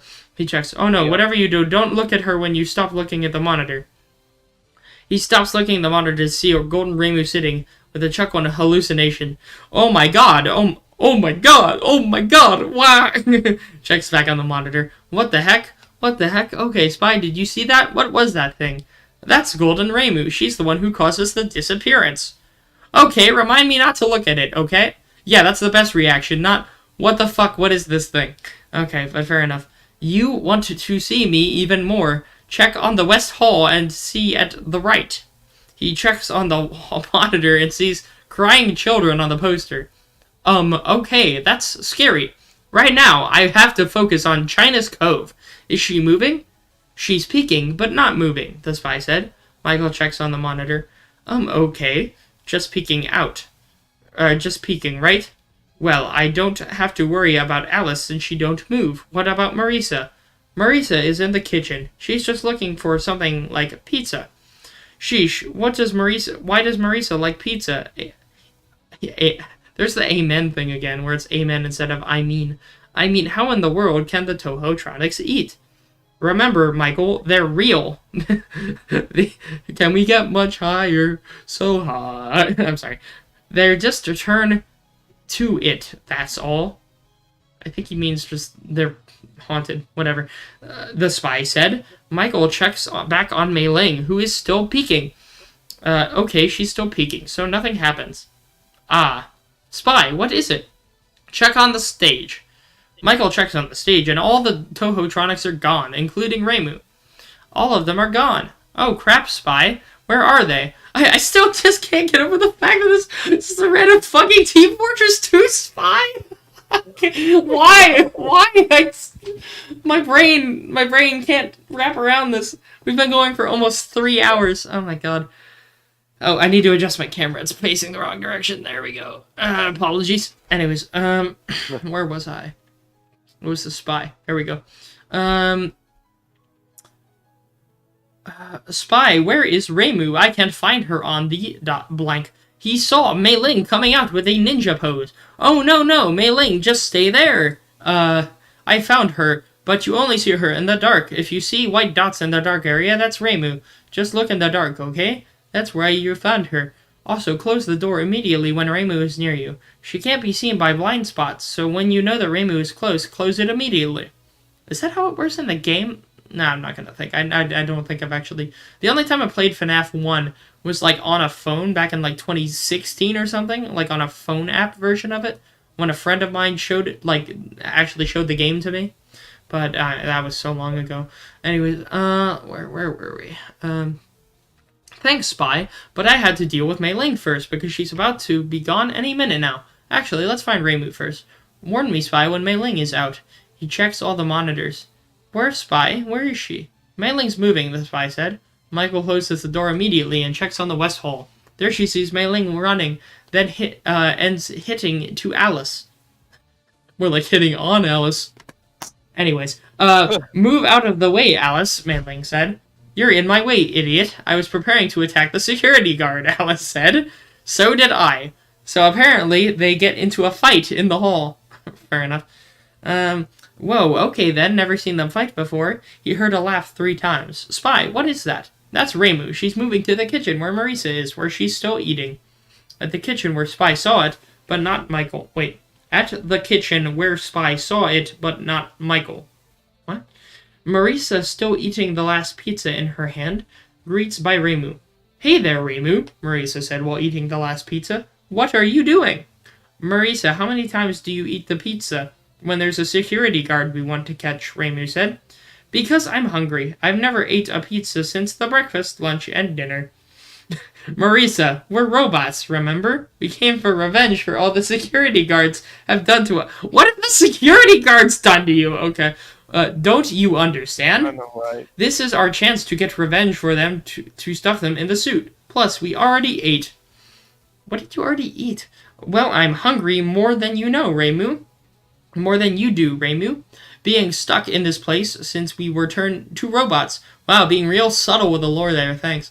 Marisa having memories of being put into a Marisa suit. Who is exactly like her? What the fuck? Since Reimu, Marisa, Alice, and Mei Ling were put in the suit to test, the mechanism of the suits fail, which ends up in them losing their organs and being replaced with robotic nano organs? What the fuck? For Edward, it was a success. Wait, what do you mean for Edward? So Edward's... Okay, Edward's purple guy, got it. For Edward, it was a success, but for Remy, it was a fail. Wait, is Remy supposed to be, like, the other business partner? What's his name? Henry Emily or whatever? I don't know. Because it was like at this point. William and Henry or something. Anyways, Remy had... Do they mean Remy is in Romelia? What the fuck? Anyways, Remy had told Edward to keep them in their normal self, not to turn to a robot because of the nano organs. But Edward told them to use them as Tohotronics and do this for the kids. He had no choice but to do it, which he makes Hakure's family diner. Oh, sorry, not diner, dinner. Hakure's family dinner for later on. Look, we can figure out a way to return to our normal self. We just have to take out that security guard first, okay? You're right. I should worry about the security guard first. That drama, though, said the spy. That drama, though, said the spy who's looking at them. Michael opens the door to check on Alice and Mei Ling. He checks the monitor, and Mei Ling was already at the curtain, while Alice stood in the storage room. Okay, so they got into a fight, and then moved back. That's wired. Every time he wants to say weird, he says wired. Oh my god, that's wired. Still, I have to keep an eye out for Mei Ling, so she won't kill me. Michael, Reimu is close to you. Michael checks and sees Reimu at the east hallway corner, staring at the camera. Close it now. Okay, Michael closes the door. So why did I have to? He heard a pit-pat, and in the west blind spot, he saw Alice. He closes the west door. Are you freaking kidding me? They're all at door, spy. He heard laughs 6 times. Michael, Reimu is gone. You can open the door now. He opens the east door. Marisa's at the east hallway, so keep that in mind. Michael heard pit-pat at the west hallway, indicating Alice had to move. Again, we get it. You don't have to, like, say every single fucking movement. Anyways, so far, so good, spy. What power do I have? Michael checks and it has 20% at 4 a.m. Spy, can I make it? It's 4 a.m. I don't know, but Marisa moves into west corner, and she moves right next to your door. Michael checks to see Marisa at the door. Marisa is still... Why is he stuttering? I thought that security guard didn't have a stutter. Whatever. Marisa would not go away. Marisa, please get away from me. Why is he stuttering? He heard a pit-pat, so he opens the door. Okay, good. She's gone. Marisa, go away, Anne. He heard a laugh 2 times. Wait, that's Reimu's laugh. Where, Spy, where is she? She's at the bathroom. No worries. Oh, okay. Everything's going to be good. Everything's going to be good. So, Spy, after this night is over, can you tell me why they turn into Tohotronics? Because I really want to know why they end up being this. Well, I'll tell you tomorrow morning. And Mei Ling is moving. This caused Michael to close the door, and Mei Ling bumps into the door again. Mei Ling, stop bumping into the door, will ya? She keeps bumping into the door. Mei Ling, this door is not easy to destroy, so go back to your cove and stop disturbing my work. But he heard a pit-pat and a laugh 5 times. He checked on his camera, but it went out all of a sudden. Spy, what's going on? Close the east door. He closes the door. Reimu was close to you, and Mei Ling is gone, but keep the door closed. Alice is there. Spy, this is good. Not good. I am at 3, no 2, no 1% power. Move to 6 a.m., please. Spy, can you hear me? Spy. Power went off. Oh, no. Don't move. Whatever you do, don't move. What do you mean, don't move? They will still kill me if I move. Don't move. Don't move, okay? Trust me. Then music play and Reimu is at the west door. It continue until bell rings, following children saying, yee. So fucking funny. Yee. Yes, haircut. Yee. Yes, I did it. I did it. Oh my gosh. I can't believe it. I can't believe it. Deep breath. Man, that was so good to survive to 6 a.m. You did it, Michael. You made it to night 4. Oh, good. It's going to be tough at night 4, right? Because now things are going to get harder and harder. But of course. But I will help you, okay? Oh, tell you the story tomorrow night, okay? Yes, I'm relying on the TF2 spy to give me my FNAF lore. Tomorrow night, why? Well, I won't be active since I'm tired. What, is he an animatronic too? The TF2... God, is there a TF2 FNAF? I don't want to think about that. See ya tomorrow morning. See ya tomorrow midnight, okay? Okay, then. Michael went home. Author's note. So, okay, now that that's taken care of, the spy was actually working for somebody that keeps an eye over the company. This is pretty much the result I just put for the story. So anyways, the hidden lore will come out soon. Author, what hidden lore do you mean? But, whatever. Alright, I'm gonna prep another shot. Next time I have to read something dumb, I'll take one. But I'll prep one. Yep. Alright, chapter 6 is called The New Edition. Named in the perspective of a character named George Dash Gordon. So I don't know if it's both George and Gordon or someone named George Gordon, but I don't know. Let's see. Oh, maybe that's the previous security guard. This may be like the old security guard. Phone rings for 6 times. Picks up. George says, hello? Edward. Hey man, it's me. George. Hey boss. Hey, George, look, I know what your last week on all the colleagues and boredom and everything... Wait, I know what your last week on all the colleges and boredom and everything, but you sure I can't convince you to stay on? Sorry, boss, them's the rule. If I wanted to keep my car, I have to raise my grades, and this job picks up too much of a valuable study time. Yeah, I understood. Corporate been getting on my butt as well since that incident with the kid. Oh yeah, I heard about that. Phew. Scary stuff. Edward says, you're telling me I was there, saw the thing bit out the front of her head. Doctor said it took out the chunk of her brain. Just like my brain right now, honestly. I told the little snot not to get close. Great. But as well, I guess she'll listen better next time.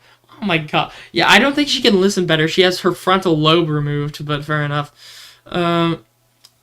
George laughs. Edward, well, hey, tell corporate works out what to do. We have mailing shut down. Clanks. What do you mean clanks in parentheses? So keep the curtain door closed on her and the computer. George, whoa, hang on a second. Checks monitor. Everything okay? Yeah, I just thought I heard, never mind. What's up? Edward, I was gonna say, the computer guys had to come out yesterday and change the chips or the disk or something in the tow hose. Yeah, in the tow hose. So they may be, glitches. What do you mean, glitches? Yeah, they wanted to make sure there's no more errors with the biting. So they changed the software to ensure the Tohotronics parts are covered at all times. It can't be without the Toho suit. Also, they're changing the Alice voice to being a squeaker or something. George, that's wired. Edward, yeah, I know, I guess... He's consistent. Yep. I guess the corporate said it tested better. I don't know. If you see anything wired, don't freak out. The place isn't haunted. Yet. Huh. George. Huh, yeah. Or no, not yeah. Huh, yay. Yippee! Let's keep it that way. Edward, I hear that. Let me know if anything interesting happens. I'll see you at 6. George. Yay. Good night. Phone ends, looks at paper with the hum. Okay, fair enough. Clanking and running. George. Crap. Checks camera. What? What the hell? Someone better not take Reimu. Takes flashlight and walks to stage. Turn on light. There's Marisa. There's Alice. Where the hell did the other one go? Reimu. Not me, and says not me in asterisks. George. Hello. Hey, I'll call the cops. Marisa. Let's eat. George. Holy. Marisa. Let's eat some delicious. George. God, don't you guys switch off at some point? Reimu. Hey, everybody. It's time to start the show. Let me out, an asterisk. George, the robots must have wandered off. Alice, activating. Alice says, hello, kids, it's your best Alice buddy. Laughs, slight malfunction. Higher voice Alice buddy with a laugh. What the fuck? Escape now and...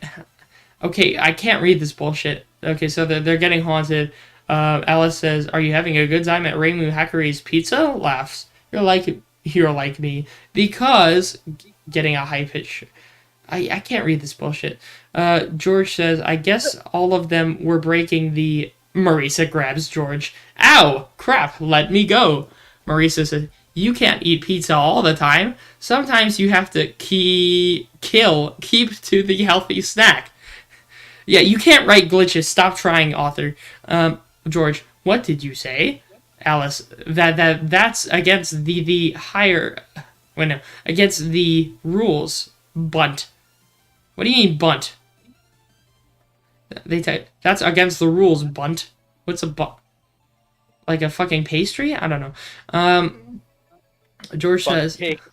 Yeah, you fucking butt cake. George says, let me go, you stupid machine. Marisa, be good or we're going to have to fix you. Have to tell your parents.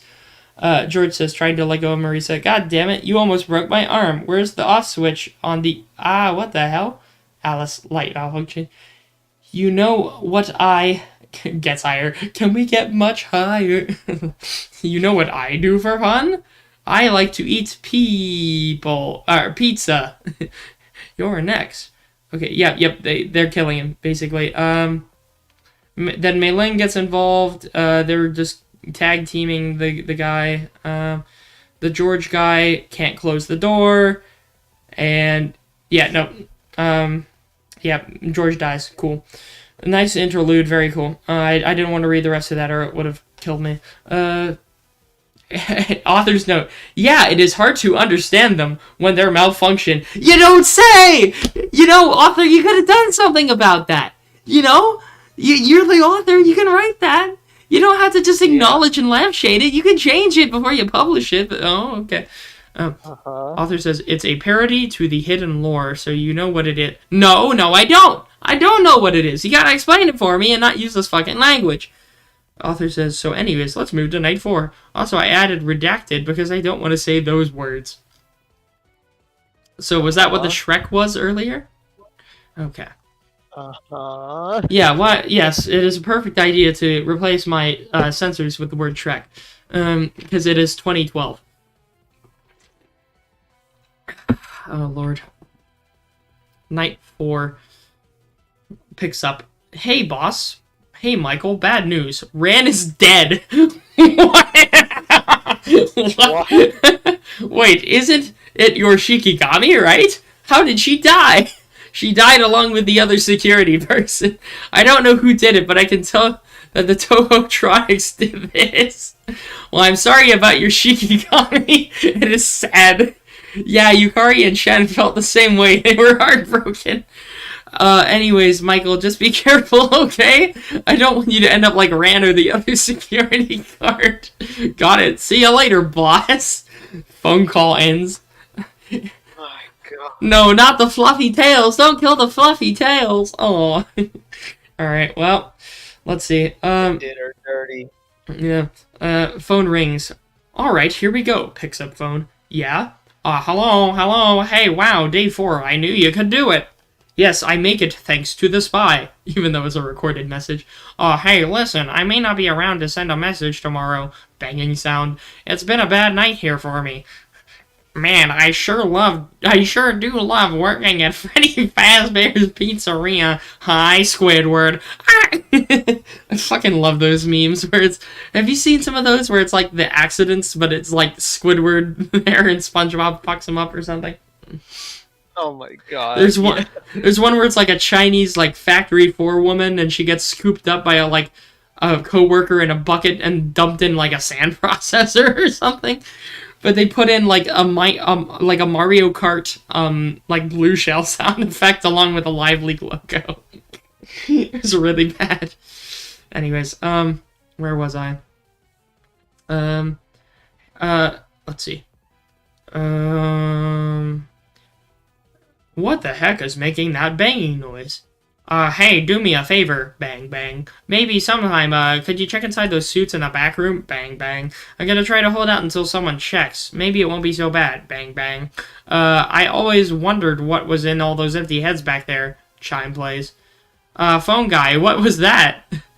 Oh no. Noises. Okay, yep, he gets killed. Okay, yep, the phone guy is dead. Alright. Okay, so that's how random phone guy dies, right? But anyways, I have to keep an eye on them. My main focus is to watch China's Cove and Reimu. Hey, Michael, this is the spy. How's it going? Very good. Ran and phone guy are dead. Anything new? What a way to start a conversation. Well, the Tohotronics are different now. What do you mean, different? Oh, and you haven't told me the story about them. I don't have much time to tell you, but I will tell you this. In order to know that you're an ally, you must tell them. Tell them? How am I supposed to tell them? All I have to do is get them close to me and close the door, because they're going to kill me and waste my power. I don't mention that, Michael.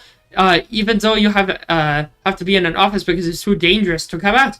But they're telling you is that you're a human, okay? If you want to know what type of species they are, Reimu and Marisa are human, Alice is a magician, formerly human, and Mei-Ling is a yokai. Wait, Mei-Ling is a yokai? Really?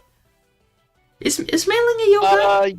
Yeah, I think the weird way that it works in Toho is that humans can become yokai if they are imbued with enough magical essence. Right, but Reimu killed the only guy that tried that. Huh. Yeah, Reimu killed the fortune teller when he tried to become a yokai. Maybe Mei-Ling was already a yokai before she came to Gensokia? I don't know. I'm thinking too much into the lore.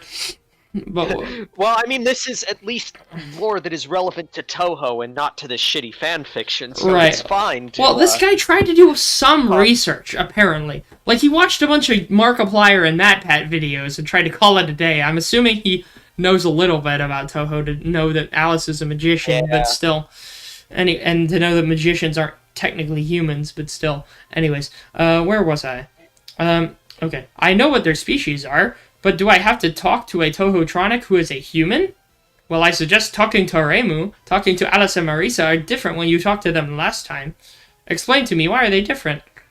Well, only if they get close to you. Not like the blind spot, but the coroner. That's almost Irish. Do I want to do an Irish spy? No, I don't want to do an Irish spy. They will start to twitch and make a noise like the one in the hallucination. Twitch? I hate Twitch. I don't stream on Twitch. Anyways, Twitch, so that means they're aggressive, right? Then, of course, he sees Alice in the blind spot. Oh, gosh! Close his door. Sorry about that, spy. Alice was at the door. Well, I shouldn't put my speakers on high. That actually hurt my ear. Anyways, yes, they get aggressive, and they will try to jam your door if you're not looking at the blind spot. Jam? They can jam my door? How? Oh, Alice is gone. Opens. Well, I don't know. I'm guessing that they're coming from... they're planning something to get you. What type of strategy are you doing since Reimu is out? For me, I will try to keep an eye on Mei-Ling and Reimu. The rest, if they get close, I'll close the door. Sounds good. Well, yeah, your strategy is good, but however, Reimu is going to be a big problem. The only way to get her out is by staring at her at the cameras, and then she will go away. But what about talking to her? If I just close the door at her, you'll talk to her since she's the main reason for it. But talking to Alice Marisa, yeah, that's the problem. What is this author going at? Because of their twitching behavior, right? He heard 5 laughs. Reimu's at the door. Close his door. Well, good luck on this. I will not help you due to some errands I have. What fucking errands does the TF2 spy have? Is he off to visit your mother? And of course, I have to investigate what Edward and Yukari were doing. Just remember to stay alive, okay? Also, and I put a rope under your chair if you want to capture her. I was about to think, I put a rope under your chair if you want to end it. Yeah. That was my... Drown yourself in the digital light. Oh, look. Okay, so Spy's off the phone now. Is Reimu at the door? Checks cameras. Yep, she's at the door. Meanwhile, for Reimu, he heard the security guard talking to someone that she knows. That voice. I know that voice. I know I heard him yesterday. But that is him, right? She sat down near the door, thinking what voice that security guard talks to. Hey, Reimu, a familiar voice said. Yes, Marisa, why are you twitching and stuttering? It's the bloody... It's the bloody engineer. Okay, we got the TF2 engineer in here as well. That's it, I'm drinking to that. Wow. Alright, let me drink.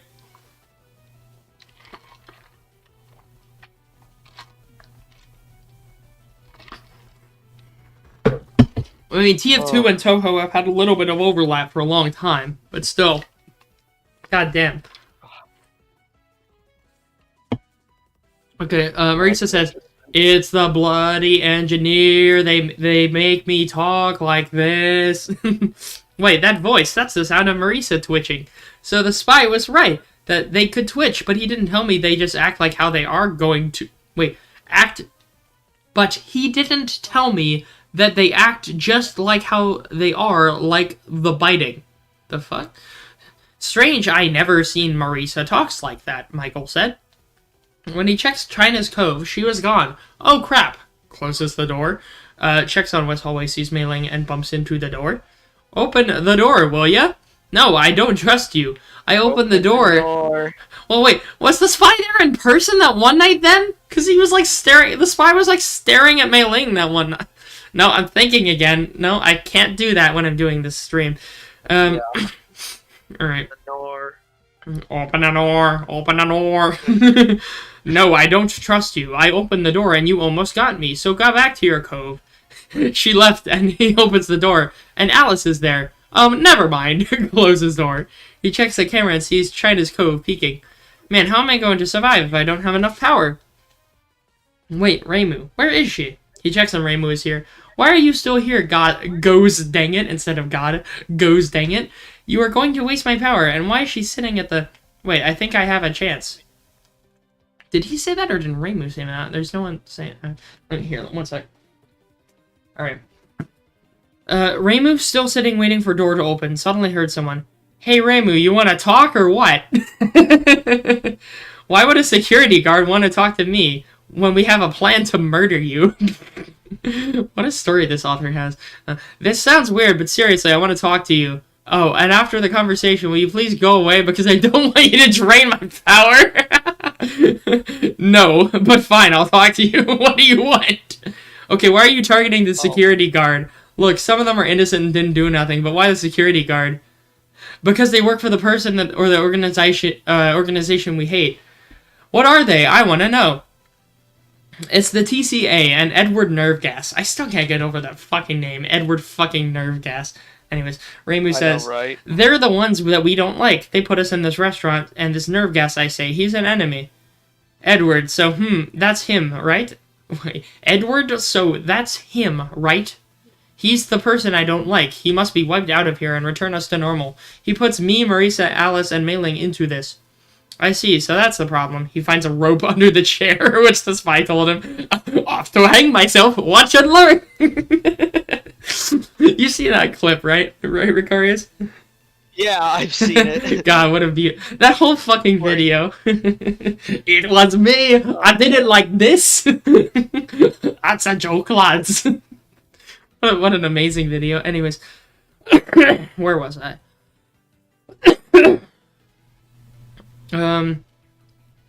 He grabs the rope under the chair, which the spy told him. This is it. Now I can capture her. Please open the door. If you don't like wasting your power, open the door. Michael did open the door, but before she could screech to him, Michael tied her up on a rope. Okay. I assume Michael's a master cowboy and can lasso her up, alright? God. I guess Reimu didn't have her gohei or whatever.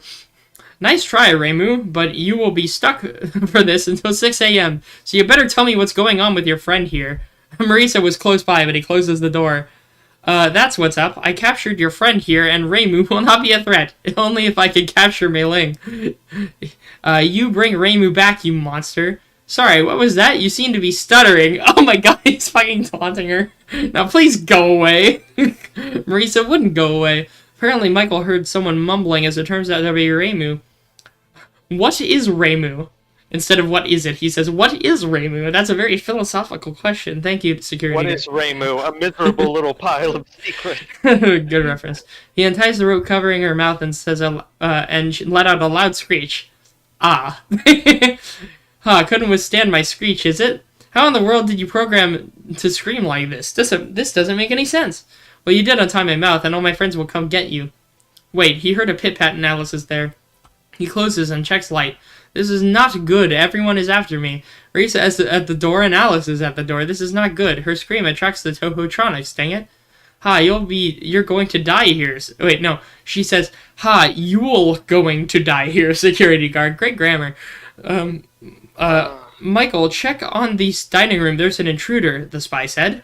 He checks and sees an engineer who's holding a box. Alright, there's the TF2 engineer. What surprised him is that there's a white logo on him that says TCA. We have found a TCA spotted in the restaurant. A TCA? What is he doing here? Here are the pit-pats to check on him, and they're both gone, and he opens up both doors. I don't know, but he's real suspicious, so don't come in contact with him. And I saw you tied Reimu up, said the spy. Yeah, but she let out a loud screech which hurts my ear. Well, yeah, that hurts my ear too, said the spy. Here, one sec. Need to blow my nose.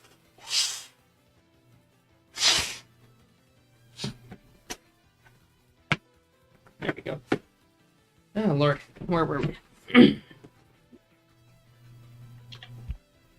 I almost hit my power button by accident. That would have been bad. Alright. Where was I? Wait, Spy, aren't you doing your errands or something? This is my errands. That TCA engineer is one. My supervisor said there's an intruder at Reimu Hakure's Pizza. So I contacted you about the intruder. He seems to be some sort of connection to Edward and the twitching. Oh, Andrew said, I hate trigonometry. Where did that come? Well, I mean, I don't like... maybe you mean engineering. He's doing his calc homework right now, if I recall correctly. Oh, so. yes, he is. Yes, his calc homework. I will say, yeah, I did Calc BC before I graduated high school.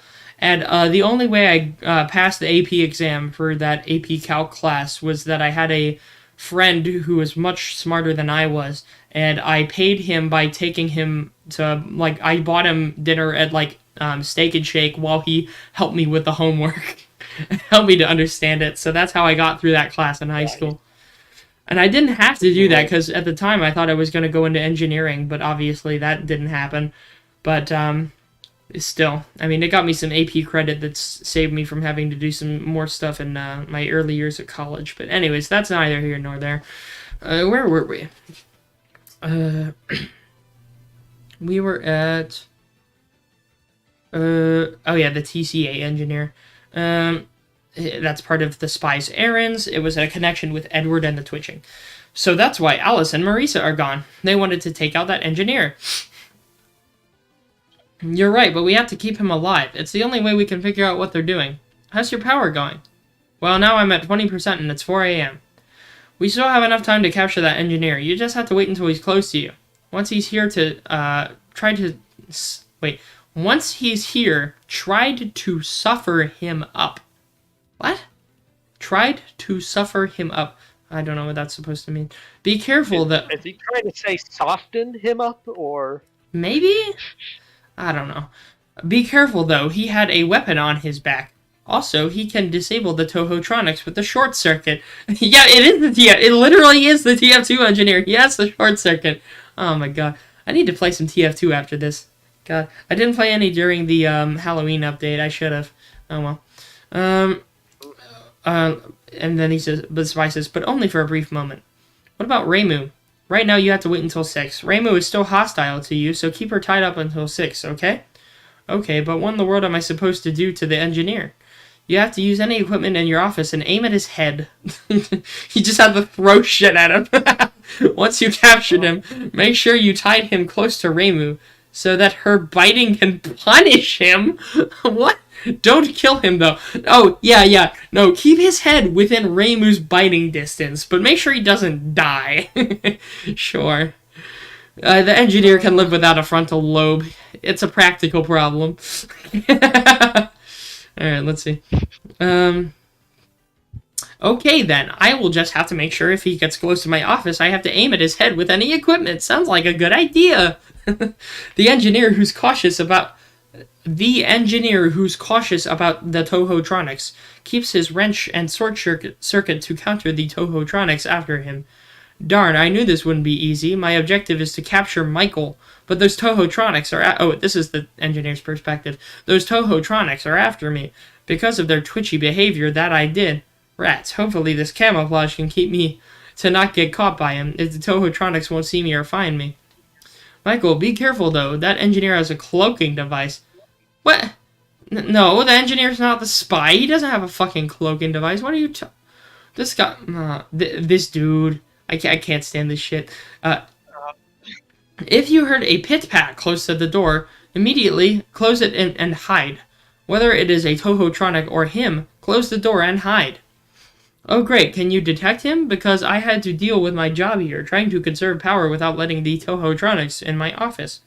Michael worrying about what would happen if he was killed. If he was killed, when were you? Where were you if when Michael was killed? Oh god. Michael worrying what would happen if he was killed or captured by the TCA. The spy kept watch on what engineer was located, checking all the cameras to see the Tohotronics scatter around the dining room except for Mei Ling, which she focused on the security guard to rescue Reimu. Alice was looking at the backstage while Marisa was in the bathroom. Those Tohotronics had no idea where he is, including me. But I could tell by footsteps the Tohotronics are just looking around. Man, why would a TCA come to this restaurant to capture Michael? He didn't do anything that bad, or is it? He turns on his walkie-talkie. Sniper! Do you read me? Over. Wow, the gang's all here. Alright, so the spy's calling the sniper. This didn't say Team Fortress 2. That's the funny thing. This did not say Team Fortress 2 in, the description. So, oh lord. Yeah, sniper here, what is it? The TCA is after Michael. Then he might be the same person as Jonathan and Friedrich, right? Jonathan and Friedrich. Are those, names for other mercs? Friedrich. Is that the medic? What? Probably. Jonathan. Would Jonathan be this? No, not the scout. Who would Jonathan be? I'm thinking too much. I'm just gonna keep reading. Well, Jonathan was promoted to day shift. Oh, he was the previous guard. He was promoted to day shift after the 6th night and retires. Then Friedrich came and fired him after the 7th night for tampering with the Tohotronics or odor. Probably because he was sweating for the Tohotronics and TCA. They're just previous security guards, I guess. Michael could be in Friedrich's place because he's similar to him. What? Panicking, defending himself, and a help from you. I don't understand what this is saying. I think that's the sniper saying that? I don't know. Well, yeah, I did help Jonathan and Friedrich get out of this nightmare. But I want to know why a TCA force would kidnap the night watch security guard and has no knowledge about this place. Or that has no knowledge about this place. It's a talk from Edward. You know, you would not trust Edward, right? Because if you do, chances are you're gonna be killed by a serial killer who murders 50 innocent civilians. Okay? According to him, he might not be human. Fair enough. But I could say that his Shikigamis were not human at all. Wait, is Yukari the purple guy? What? Oh, I guess... Wait, is Yukari disguising, or are there multiple purple guys? Because I saw that at the beginning of the story. There was, multiple people as purple guy? I don't know. Leave this door. But Rand's fucking dead! I don't get it. Okay. Unfortunately, I do not have information about his origins and his Shikigamis. His Shikigami? What the fuck? His Shikigamis on why he would murder 50 people. You told me these 3 years ago, and you still talking sidetrack, you know. Sorry, bit off studying who he is. Anyways, he's after Michael for a reason. One murders him so he won't have experienced what had happened to this grammar, I swear. To let Remy... Again, who the fuck is Remy? They never said who Remy was. Oh, the fucking rat? Stupid fucking rat, cook me dinner. Oh my god. Alright, I'm assuming it's just Remy the rat from Ratatouille. Alright, there. To let Remy be the blame about the lack of security guard, including the disappearance and the malfunctioned Tohotronics to ruin his life. 3, keeping the Tohotronics trapped like this to hide the horrible experiment they created. Experiment? Oh lord. This is what TCA is doing, hiding behind something to prevent it in the public. Oh lord. I see. The TCA is planning to murder Michael, but I won't let that happen. I'm guessing this is a spy here. Since that incident with Vector. Who the fuck is Vector? Who's Vector? This is... You keep introducing characters here. I'm just assuming it's Vector from fucking Sonic or something. The fucking alligator. Alright, fair enough. Yeah. We're putting together a team. Yeah. I mean, it's fanfiction.net. I wouldn't put it past them. Let's see. Where was that? Okay. Since that incident with Vector, thanks for the information. Anyways, spy out. Turns off walkie-talkie. Mei Ling is moving closer to the door. And results to Mei Ling bumping in the door and went back to China's Cove. See, I told you I'm quick at this. Hopefully that engineer wouldn't get me. He looks back to Reimu, who is still mumbling. Michael ignores what she was saying since she doesn't want to talk to him because she's still hostile. He heard pit-pat, which means the engineer might be here. Oh great, he's here. You better not be a Toho-tronic, or else that would be a different idea. He closes the door and hides under a desk. Man, this place is dusty and filled with webs. Goes, someone needs to clean this. The pit-pat gets closer and closer. Michael couldn't find any equipment, so instead he just is going... Wait, Michael couldn't find any equipment, so instead he's just going to suffocate him. Okay, I'm ready for this. He's going to open the door, which Vi didn't tell me, and he's gonna kill me. Suddenly, the white lights went out. Oh, great. Here, let me blow my nose again real quick. One sec. Can't stand this. My body's having a physical reaction to reading this. Yep.